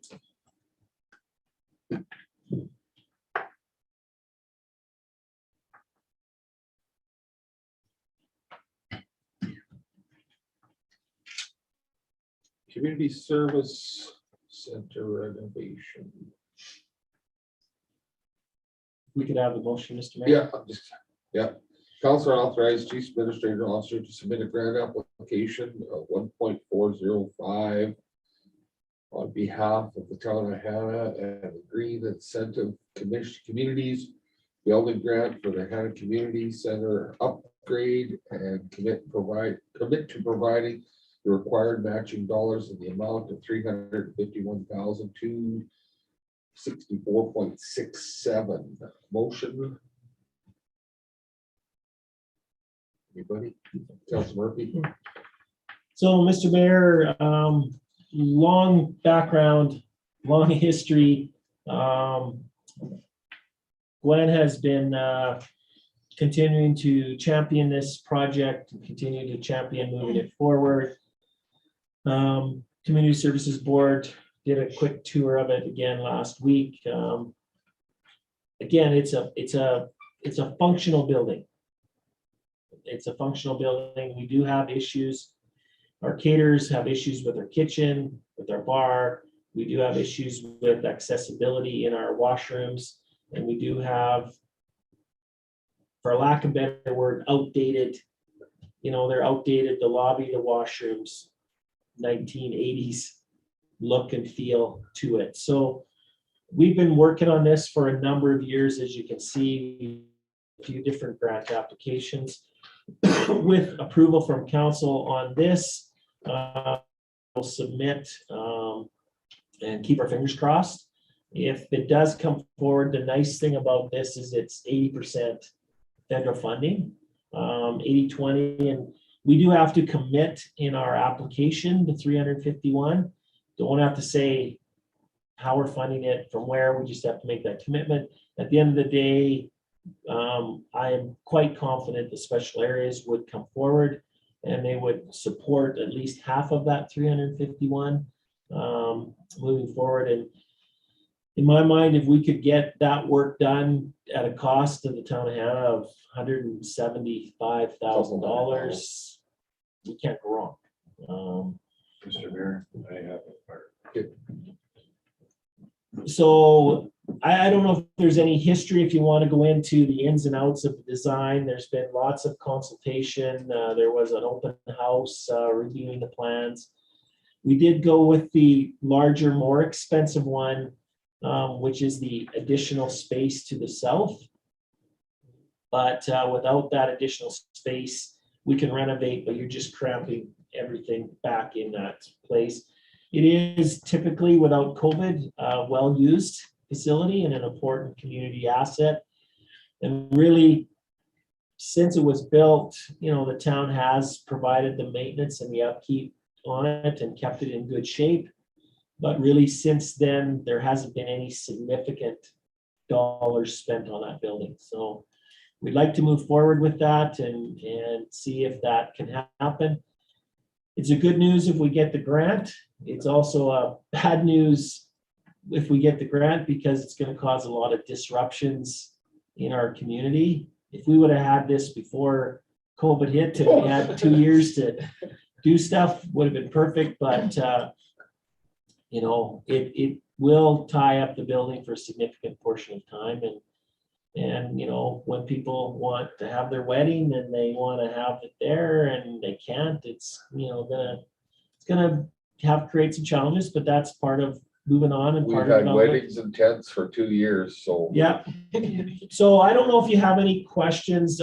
Gwen has spent a ton of time championing this forward and has spent a ton of time working on the application and getting the application forward, ready for submission. So she can answer questions as well I as was gonna say, myself. can you give it to us in a nutshell what the general scope Generally, is? we're looking at, I look at the budget, even now, I sit here looking at it again. There's a little bit that's ineligible expenses, about $50,000 won't be covered by the matching. But I look at it, we've got a really good shot. They, come in with, they may award us 1.3, they might even award us $1 million. To me, $1 million in a community of this size towards a very vital facility. When Kim says our washrooms are outdated, I have a very personal, very real example.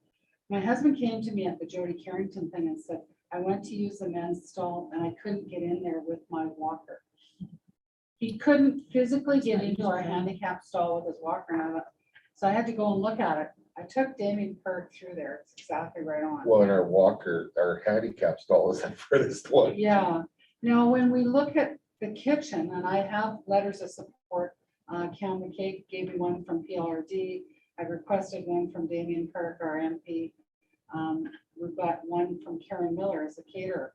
And unknown to me, one of the things that Karen brought up, I was looking for her letter quickly on my phone, but one of the things she brought up in her letter of support, she spoke very highly of the facility and how she uses it and is happy to have it.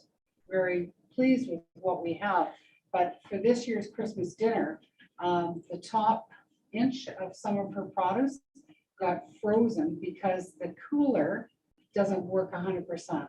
And when you're catering to an event that uses a cooler that also doubles as the bar cooler, it creates lots of concerns for the caterers. When it's a big event, it's crowded in there. And so there's lots of compromise for food safety and just getting the product out to the tables and the bar service as well. So by doing the addition, that lets us put a proper up to today's standards for the kitchen on there. Lets us expand those washrooms on the front of the building. It's really the best case scenario. Personally, and I've been involved in a lot of grants and I'm obviously very committed and very passionate about this. I feel this is one thing I didn't want to let go. Kim has teased me when I've come in and been working on it back and forth with MP, and I said, committed to seeing this done, and I think we have a very good chance. of getting the funding. I'd be tickled pink if they came back even with $1 million, I have to say, to have a facility brought up to standards in our community that can then service for the next 40 years is phenomenal. So moving forward with that 20% funding, I don't think we have a better shot at it. And there's good community support, I think, to see it happen. I think Mayor Pavischuk said he's been at the facility and said, looks great. Damien Kirk said the same thing when he walks in. The tablecloths are on, it looks wonderful.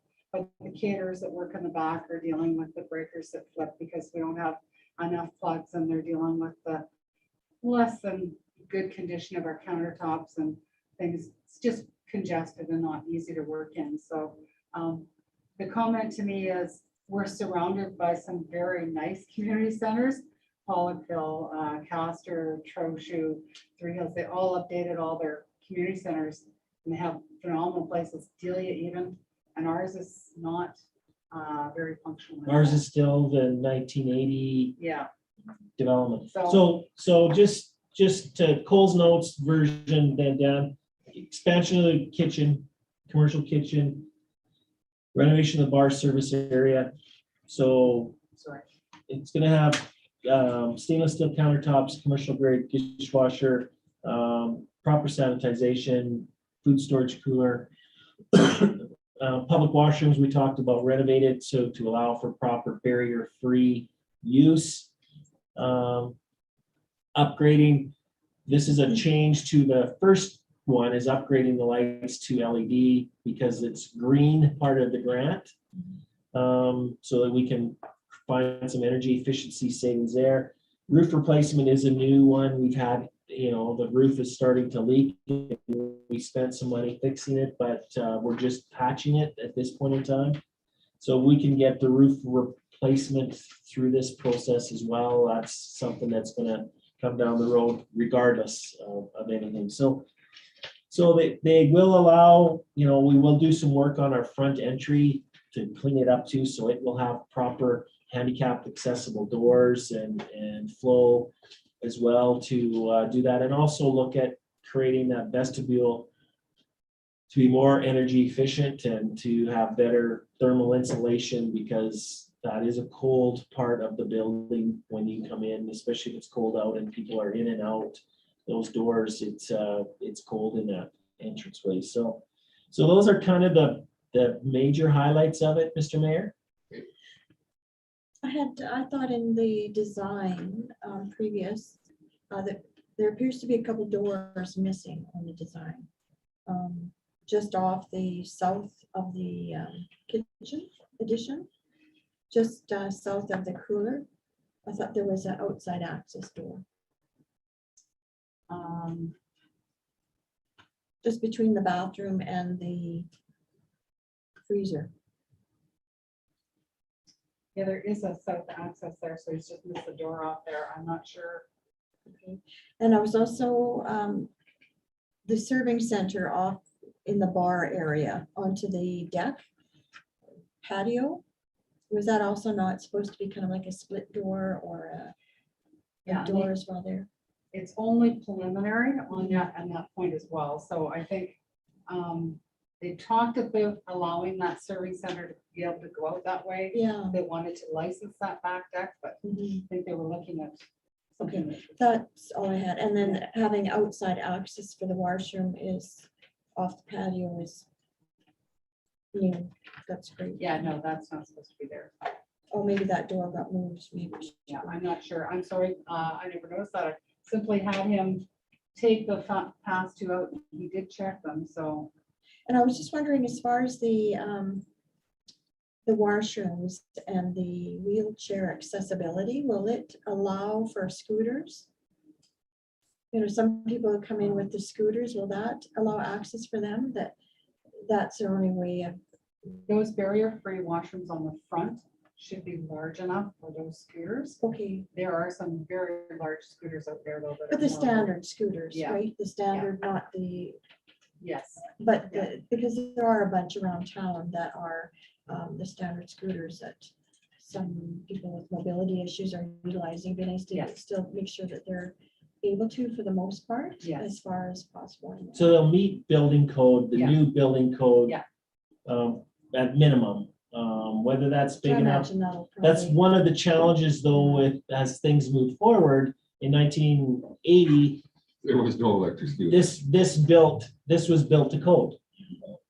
You know, this was built to code at the time, and look how things have changed, and you know, when you look at scooters now, even wheelchairs. Yeah. You know, have gone from small to big, portable, drivable scooters, so I would hate to say that, you know, it will be able to deal with each and every one, hopefully now, but No, but the majority, yeah. but in the future, whether they're driving bigger ones, that's always changes. Bigger or smaller. And we did focus on the square footage as opposed to worrying about exact layout within. I know when we get into actual plans and the design, that will be, you know, we'll be talking with our caterers to make sure that our layout of our kitchen flows, for example, we'll be pulling them in. No sense us trying to decide what works for the caterer. I That's, was gonna say, no point me designing the kitchen. well, I found my experience has been when you pull in a professional caterer, you end up with one of the best designed Yeah. kitchens. They know what to look for. And they know what to look for, and they know what the flow is, so you may as well go to the experts, and same would be in terms of the bar service, the people that are actually working the bar and know how that works, and how many requests do we have for outside use patio to be licensed, for example. That would be a discussion that would need to come back, whether we want to have that open or have it occasionally. That's because as soon as you have a large opening like that, that brings in other considerations, so. But there would Okay. still need to be some sort of access to the patio off the serving area, I would think. I know the committee also talked about having doors that went off that renovation room instead, that would be easier to use as an outside extended. So I think that's we were looking at the square footage of what was needed to have that happen. So the particular details of the design, you know, we'll submit this, we'll keep our fingers crossed. If they come back and say you're successful, you've got this amount of money, those details will then be gone over and refined as they do detailed designs. And so don't necessarily hang your hat on those concepts being done exactly 100%. Door might change. No, I know, well, it's just, I yeah. recall, I was on that. Door might change or something might Yeah. change slightly. Certainly, our grant application will need to meet the parameters of our expansion, but that, once you start into the design drawings, you know, things may change slightly, and I'm sure we'll also have another public opportunity for people to provide feedback. One of the things I was glad we did catch on this one was, Kim mentioned that the upgrading for the LED lighting, the roofing, because the roofing's a fairly big price. And, we're looking at about, I think it was 250 was on the initial budget when we started talking. Well, $250,000 to add to this grant now makes sense as opposed to doing the renovation, then coming back to council 2 years from now and saying, oh, and by the way, We we need to do the roof. And it does meet the criteria for green and inclusive because it's not necessarily going to give us the energy efficiency increase that we need, but it will give us weather, ice, wind.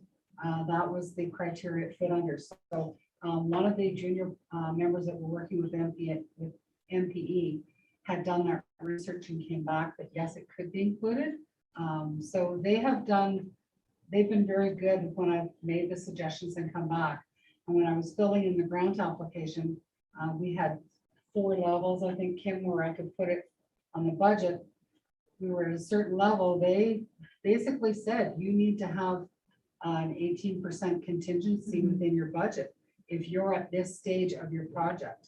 And so I had asked about contingency levels, and then NP came back and said, okay, we can adjust it for that. Yeah, we will. So I think they've been really good at working with us and making sure that we have that. Also within the grant, we said that we'll take from 18 to 24 months to complete the project from the time we hear about the funding. And that's from the time they announce that we have funding until we're done. And that's because we're recognizing there's supply chain issues and we could get held up between the time that we do the final design, get the tendering out and then go. They don't feel it'll take that long once we get into the construction and line things up. So we're not closing our community center for 2 years, but we're giving ourselves enough time that we can plan properly. So we're trying to make sure that we have the i's dotted and the t's crossed so that we can move the project forward. Well, you can do it in stages as well then.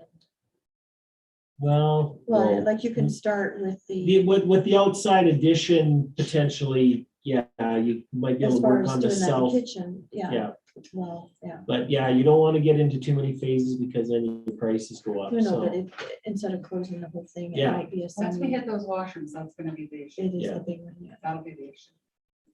I don't have a comment, a question, but I do have a comment. I'm very supportive of this. I have spent a ridiculous amount of time in the community center. It's my favorite place, and Stagehand is coming up and I'm so excited. Having a storage for the chairs Yeah. is almost worth the entire application. So you don't turn around and you see this giant wall of chairs that could potentially fall. Yeah. I'm very excited, and my question to you would be, are you gonna be the one handling all of this? Or are you actually gonna delegate this to somebody else, your baby? Kim knows that we love it. We'll see what happens. I'm not walking away, obviously passionate about having it completed. Yeah. But there's always great people that come along and who knows how long it'll take for the approval process and where we'll be with that. But you know, Clark and I are longtime residents, and you'll see us helping out schlepping burgers or something, I'm sure, if there's gotta be a Absolutely. fundraiser, so. But I think it's a good thing, obviously, so What's the date for announcing? We don't, there's It's no ongoing. date. Oh, okay. it's ongoing.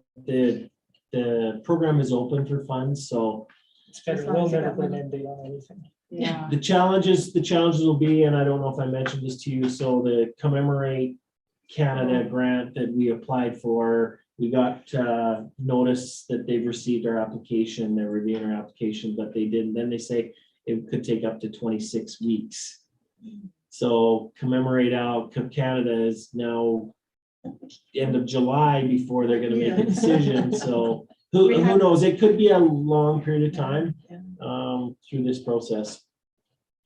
and they could be back and forth with us, clarifying things between now and then as well, but it's certainly worth a shot, and it would be, like I said, a good thing for our community. We do have a very supportive MP, so. What's the infrastructure like? Like, that's 40 years old, that. We've had no Water issues lines. with their foundation, Water lines and stuff. no issues with any of that. So I don't think infrastructure wise, there's any serious issues that would have to be dealt with. Council Pro? The HVAC is it 40 years old? It's on the roof? I wouldn't think it's 40 years old, but I don't know for a fact. There's probably The been air some, conditioning was put in later. We upgraded the furnaces. They are high efficiency furnaces. I'm trying to remember if it was 10 years ago. And then we just, as I reported at the last meeting, we just changed our thermometers so our Thermostats, yeah. thermostats so that we could kind of coordinate that. So, It's a little chilly most of the Yeah. time. well, we actually. I'm being nice. I'm Getting 56, I'm the, hot. Thermostats coordinated, it actually helped. Okay. Because now our staff can monitor from home on their phone. And when we've got, like, we had 8 different thermostats happening in that building. And so if you left the front lobby area turned down, but the doors opened and you turned up the heat in the main hall, you still had that cold draft coming from the main lobby. And same with the large meeting room. If that furnace wasn't turned on that controlled that side of the building. We were fighting against each other. Yeah, so now, and I was at an event there at the end of January, and we got them all coordinated and up for while the building was occupied, and it was much nicer. But I know- the other challenge with a space that size is you don't change temperatures quickly. Oh, gosh, yeah. Like you don't say, oh, it's cool, too hot in here, I'm gonna put the air conditioning on, and all of a sudden, within 10 minutes, you feel the difference. 2 hours. It takes some time, and vice versa with heating it too, so. Any other questions, comments? All in favor of the motion? Carried.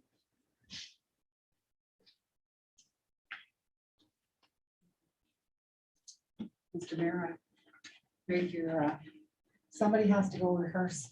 Speaking of Stagehand, Yeah, buy your tickets. They're not printed yet. I'm working on it. Yeah.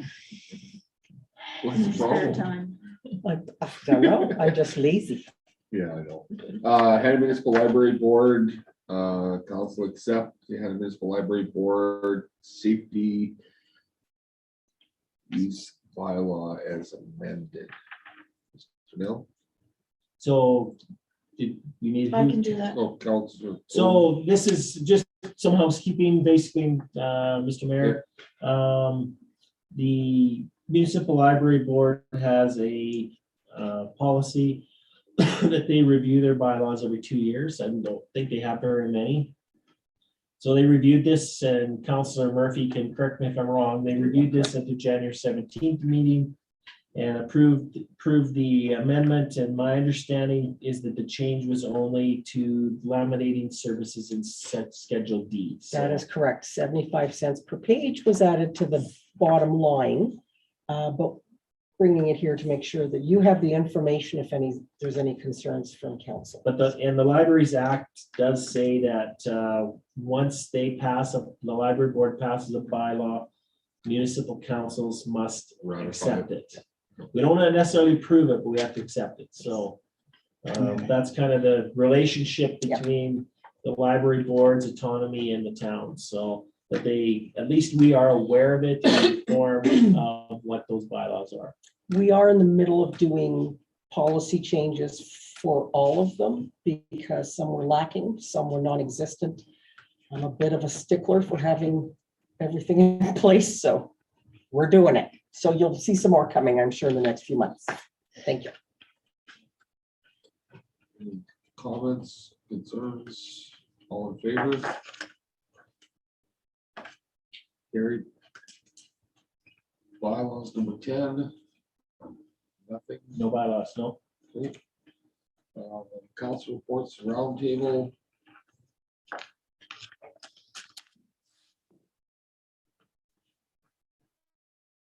Kathy, did you want to start? Yeah. Yeah, I do have something to add to mine. It was brought to my attention from a taxpayer in our community. I wanted to know why with this COVID thing being closed and everything, the taxpayers pay money to maintain a lot of our facilities, like the community center, Centennial Place, the arenas, things like that. And the time that this COVID stuff has been going on, he was wondering if there is a chance that there could be a tax rebate. And if that don't make your hair stand up, I don't know what will, so. So just further to that, I don't know if Mr. Mayor has a comment, just further to that. Our facilities are open. Our facilities are open and our facilities we did not follow the restricted exemptions program. So our facilities have been open to vaccinated and unvaccinated from day one. There are some programs that people have ran that have followed the restricted exemptions program. But somebody asked me a person who I talked to was unvaccinated. I said, no, you can go in the arena. You go in the arena, watch any hockey game you want. You can go in, public skate.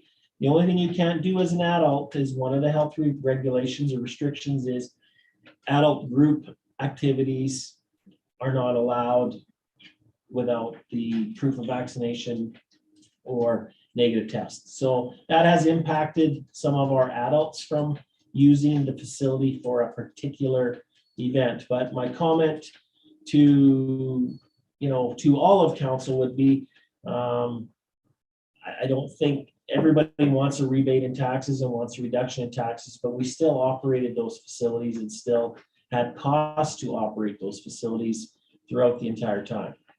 And really, I don't think, other than I think for about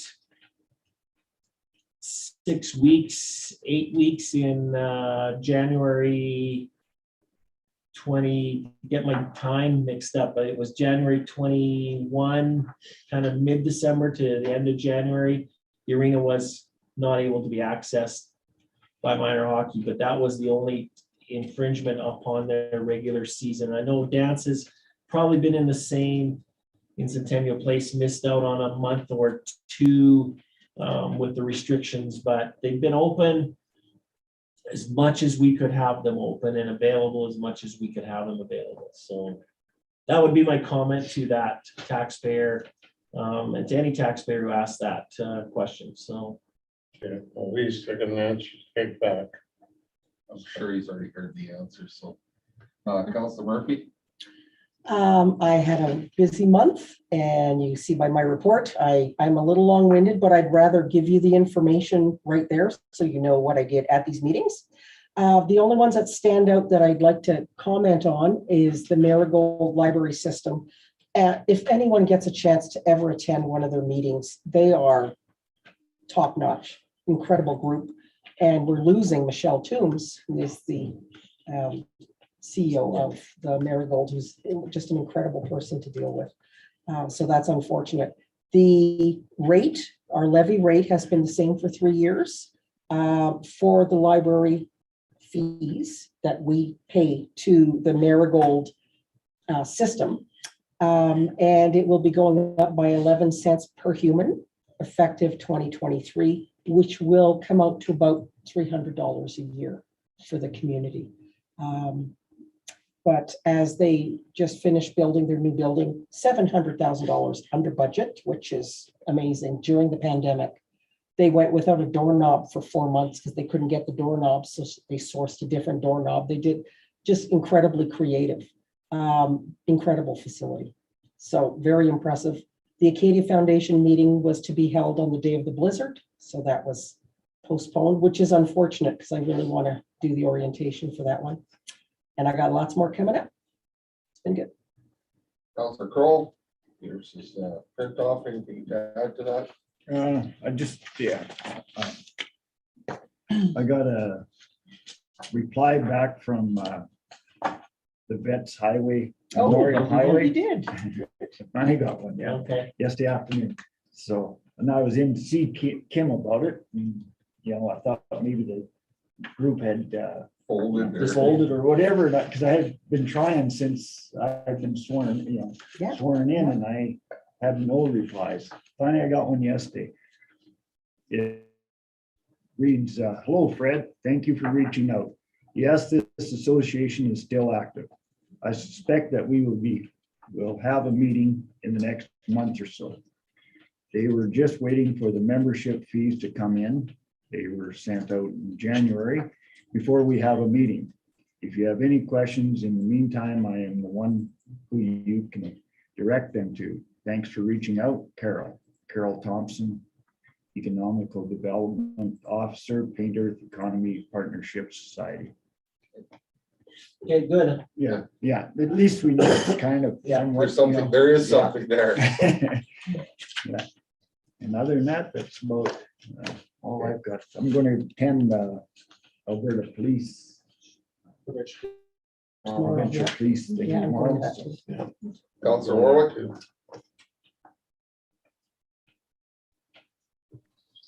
I have nothing more to report other than what's in the documents I presented. Thank you, Mr. Mayor. Councilor Gold?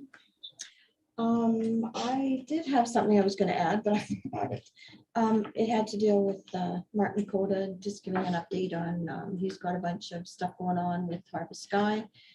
He's gonna be attending the Edmonton boat and fishing, Boat RV show. yes. Yeah.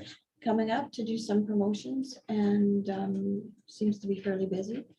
And aside from that, yeah, that's it. You're also just further up on Councilor Bowden. I don't know a lot of the details, but I know, talking with Mark today, that they are starting to put some targeted marketing and advertising in other centers.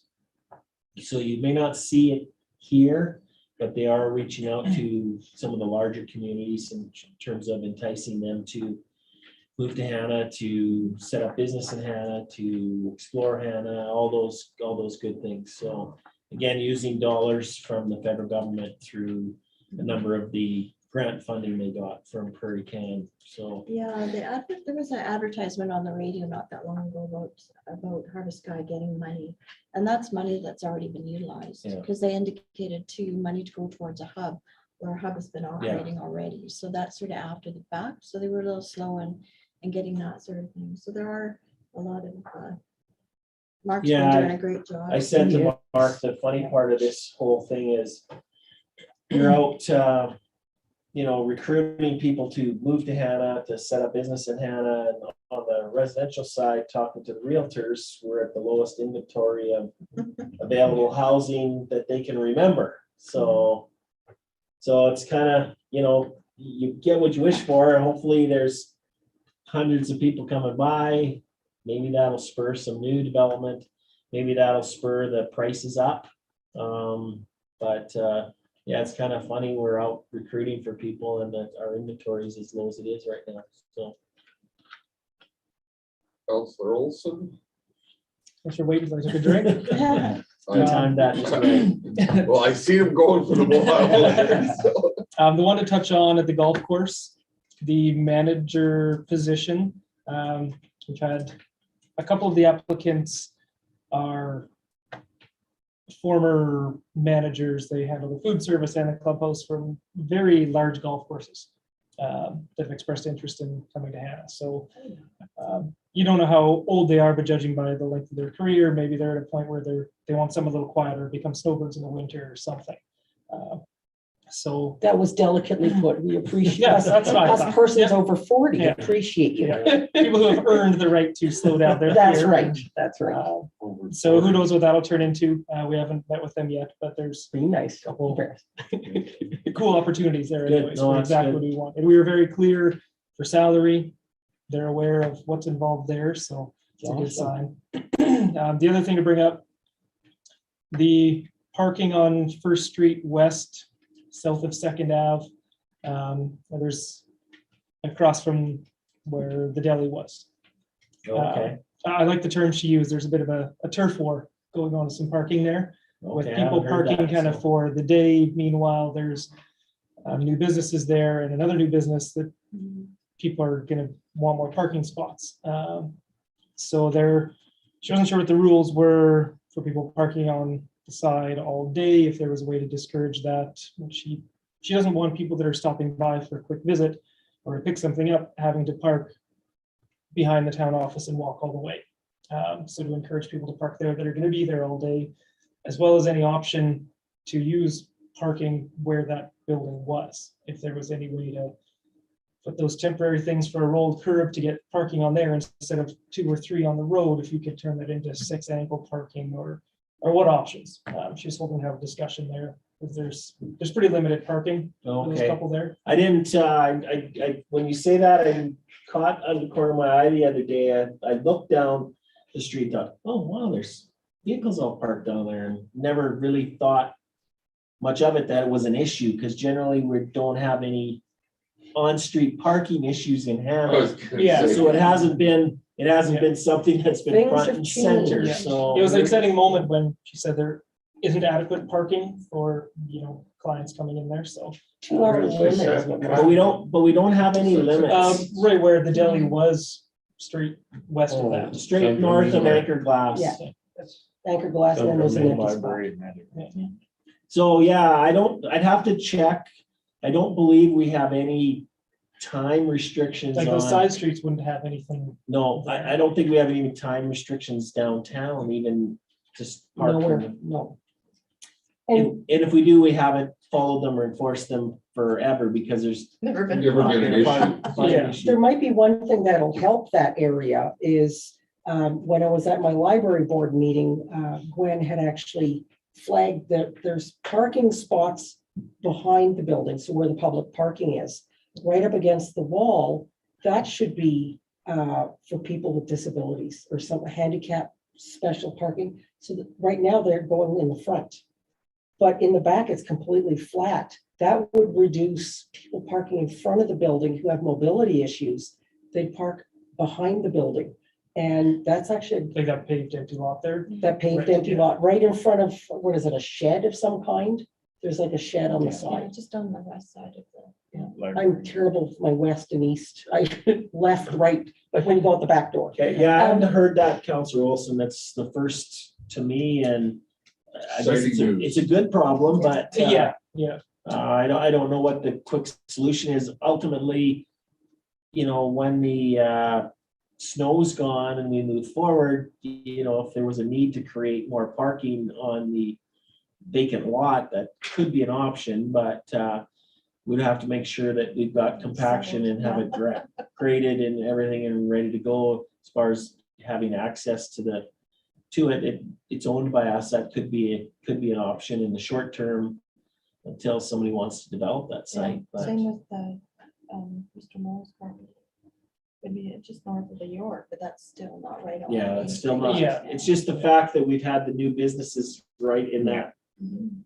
same area, right? And we don't wanna have to walk, like, we'll go to the city and park in a big parking lot, And walk a mile, yeah.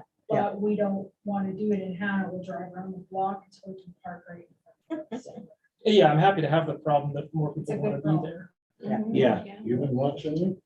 Yep, I do it Okay. too. That's news, so Okay, for myself, really not a whole bunch. The chamber met again. The chamber's very stagnant. Trying to spur them along a little bit as much as possible.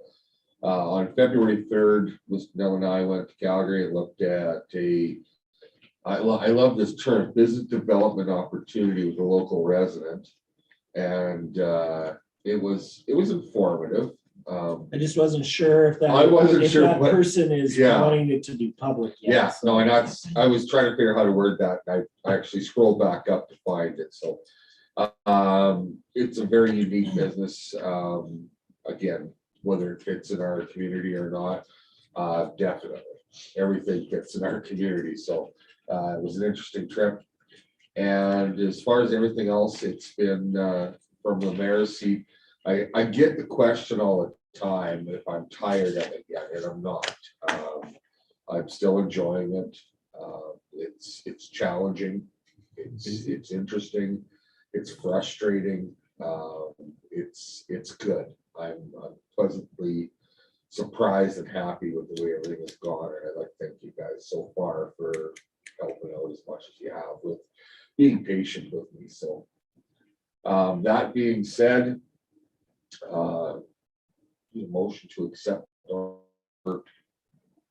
presentations. Bowden, Can Councilor I- Bowden. Oops, sorry. Yeah, can I add something or ask Sure, go a ahead. couple questions? Yeah. I was just wondering, I think I mentioned this to you before, just wonder if anything has come out of the presentation that Mr. Walde had done regarding. No. GFL. And whether or not, there was mention of air monitors, whether or not it would be something that council would want to pursue as far as, asking about the environment. Whether or not we want something- Alberta Environment says they're not needed. That's not a part of their approval Okay. license. Also wondering, I know there had been some discussion about the delivery charges for our utility bills, whether or not council wants to get involved in making some, writing a letter or whatever, as far as the delivery charges being so much more in excess of the actual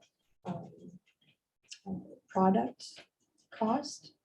I know ours have gone up quite considerably. I know it's been a colder time frame and everything, but when your delivery charge is $132 and your energy is $107, I don't think that I think there's an issue for everybody, whether or not council wants to take a stand on that or not. Well, from my perspective, council could certainly write a letter to the appropriate ministers voicing their concerns with the distribution and transmission charges. They are higher in rural Alberta. And they are higher because the cost to provide the service is greater.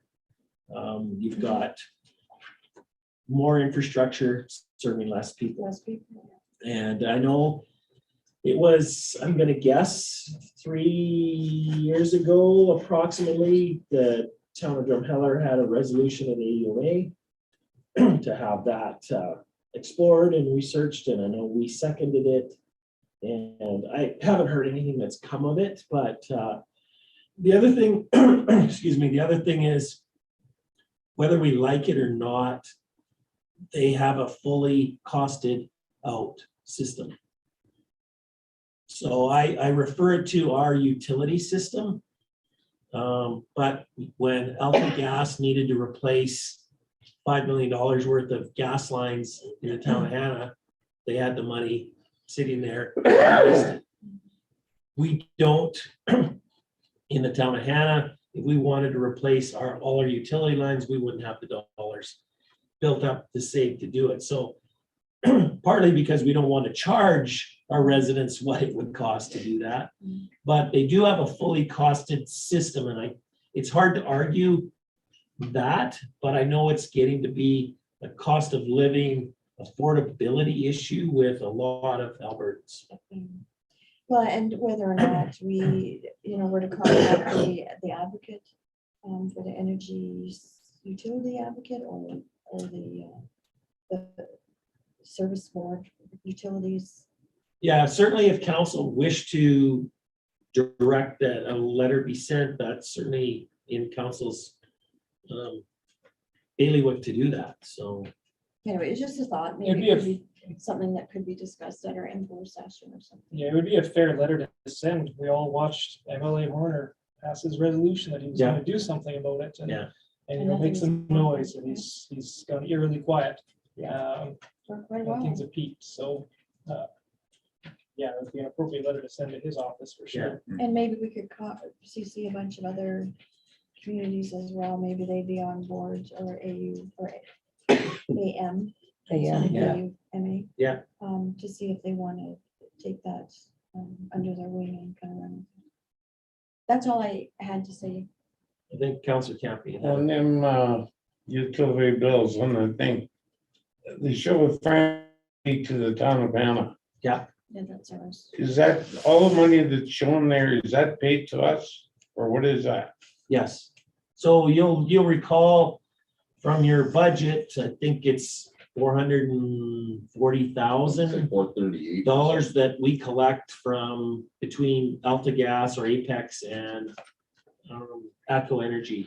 So that amount that you see on the bill that says franchise fee gets paid to the town of Hannah. It is, okay. Yeah.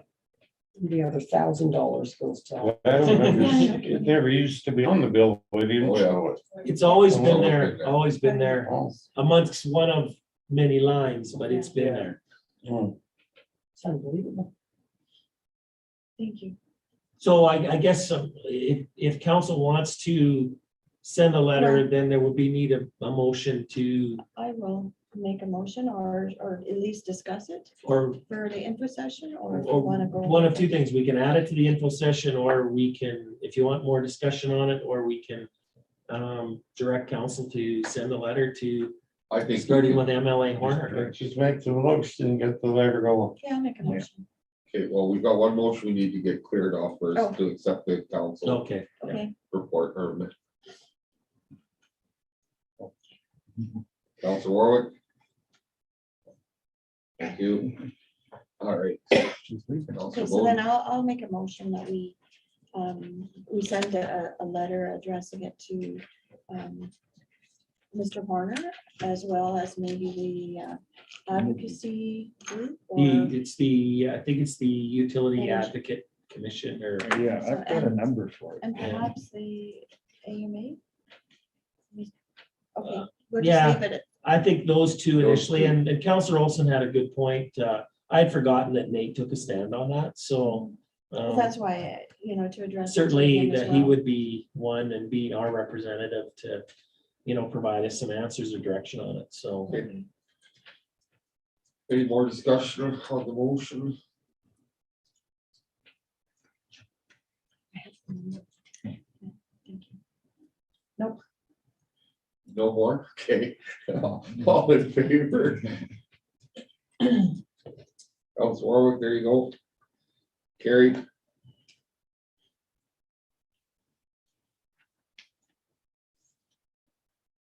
Correspondence, has everybody had a chance to peek through it? Is there anything? Like you're all over here. Yeah. Always a burp. Oh, I thought maybe it was something that I didn't see that you didn't appreciate or something. I went to the wind when I fell down. So. It's interesting that letter about the emergency services. EMS system pressure and mitigation. Well, as council's aware, that's been an issue in Alberta, an issue here. This is the attempt that the province has taken to move forward with mitigating those issues or the start of the process. Yes. Whether it's successful or not is yet to be determined. But I know they've heard people and they're trying to deal with it, whether they're dealing with it quick enough, fast enough, and to the level that everybody wants is yet to be determined, so. I had a meeting with Ken Hansen about this, and he's had a meeting, and forgive me for my lack of understanding who it was, but it sounds like they are very aware of the fact that the people are pissed off. Not that it's a surprise, but they figure things should be looking to change by the end of February. And so that's a positive if it actually happens. One of the things that Ken had indicated was they're going to try and focus on getting the ambulances back out to rural instead of hanging them up in Calgary or Edmonton or Red Deer, wherever it may be, for as long as they have. But no, like I said, whether it actually happens, let's, I guess, for lack of, give them some time. I mean, they've got it screwed up so bad now, it can't be much worse. So, so yeah, Ken did have a meeting and he did keep me in the loop as to what's going on with that. So, anything else? The only other thing, Mr. Mayor, and it doesn't necessarily fit under here. But I just wanted to, I'm not sure if everyone's aware, but Premier Kenny did make some public health announcements today. So I didn't catch all of it, but my quick understanding is as of midnight tonight, the vaccine exemption program is eliminated. So I know, Fred, don't go and get your test because you can go to that course tomorrow because that's not in place anymore. I believe masking at school as of Monday, I believe kids are no longer required to wear masks at school. It was just quick and I didn't catch I all was of trying it. to listen to it come down here. But and at the end of the day, it sounds like more restrictions lifted on March 1st. They are still using some sort of hospitalization metric and they're allowing 3 weeks to kind of determine whether they've seen an increase in hospitalizations or not. I think there's some other changes to the large venue capacities, and from our position here, my understanding upon quick glance was that anything under 500, there's no restrictions. So we could have an event in the community center for 500 people, no issues. Yeah, So I know whipped it up on the screen Stage here. Hannah's moving forward. This will be good news for Stage Hannah moving forward the first 2 weekends in March. Again, provided things don't change back the other way, but they won't have to be the bad guys trying to enforce a vaccine requirement. And they can have as many people as they choose to have in the venue. So light at the end of the tunnel, as far as I'm concerned, moving forward.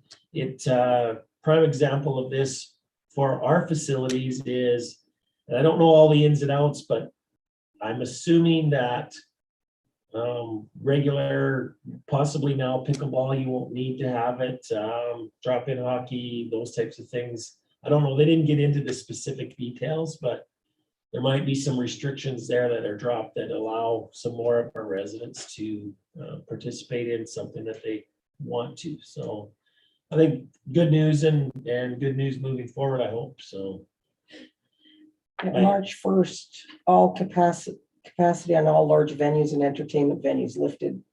Indoor and outdoor social gathering limits lifted. Mandatory work from homes lifted. Indoor masking is no longer required. That's March 1st. yeah, So I just don't know some of the particular ones, like the ones right now with the adult group activities. I don't know whether, like, we've got our cowboy tournament this weekend, and before this weekend, it was, you're supposed to be vaccinated or have proof of a negative test to play. If it's dropped in that regard, which they say the program is dropped, so I'm assuming it's dropped there. And, you know, they can have their hockey tournament, and they were gonna have it anyways, but now they might have some more numbers on their teams because we had some people who couldn't play. and So, happier people. yeah, Just happier. yeah, people. It's been a long time. yeah. Yes, Mr. Neal, exactly. it says that the restrictions exemptions program is removed at midnight tonight. Yeah, so I'm assuming that will be on the physical activity portion as well. Yeah. Yay, yeah. So I don't know, like I said, I didn't catch all of it, so, but. Well, there'll be some meat and potatoes to Yeah. find. Oh, here's sports and fitness. That's what you wanted to know, right? So under sports and mandatory restrictions, effective February 9th, adult and youth sport fitness and performance activities, indoor group classes, training and competitions are permitted. But my favorite word, participants are required to screen for symptoms and wear a mask while engaged in physical activity unless you're a youth. Okay. I Spectator couldn't believe they attendance, played hockey in the Olympics with With masks. masks and on. one. The Canadians are amazing. And spectator attendance is restricted to fire code capacity. For large facilities, masks are mandatory except for children under the age of 12. Outdoor activities can continue with no restrictions. That was as of February 9th. That's tonight at midnight. Yeah. Yeah. But come March 1st, Then everything's, everything's removed. people will be running around naked. It's gonna be awesome. Oh, I think there'll be some running around. Absolutely. Okay, I just wanted to let you know that there was movement on that front Thank you. this evening, so, Perfect. We have nothing for closed session, I No. don't believe. no. Oh, Oh, sorry, I did- Winona needs something.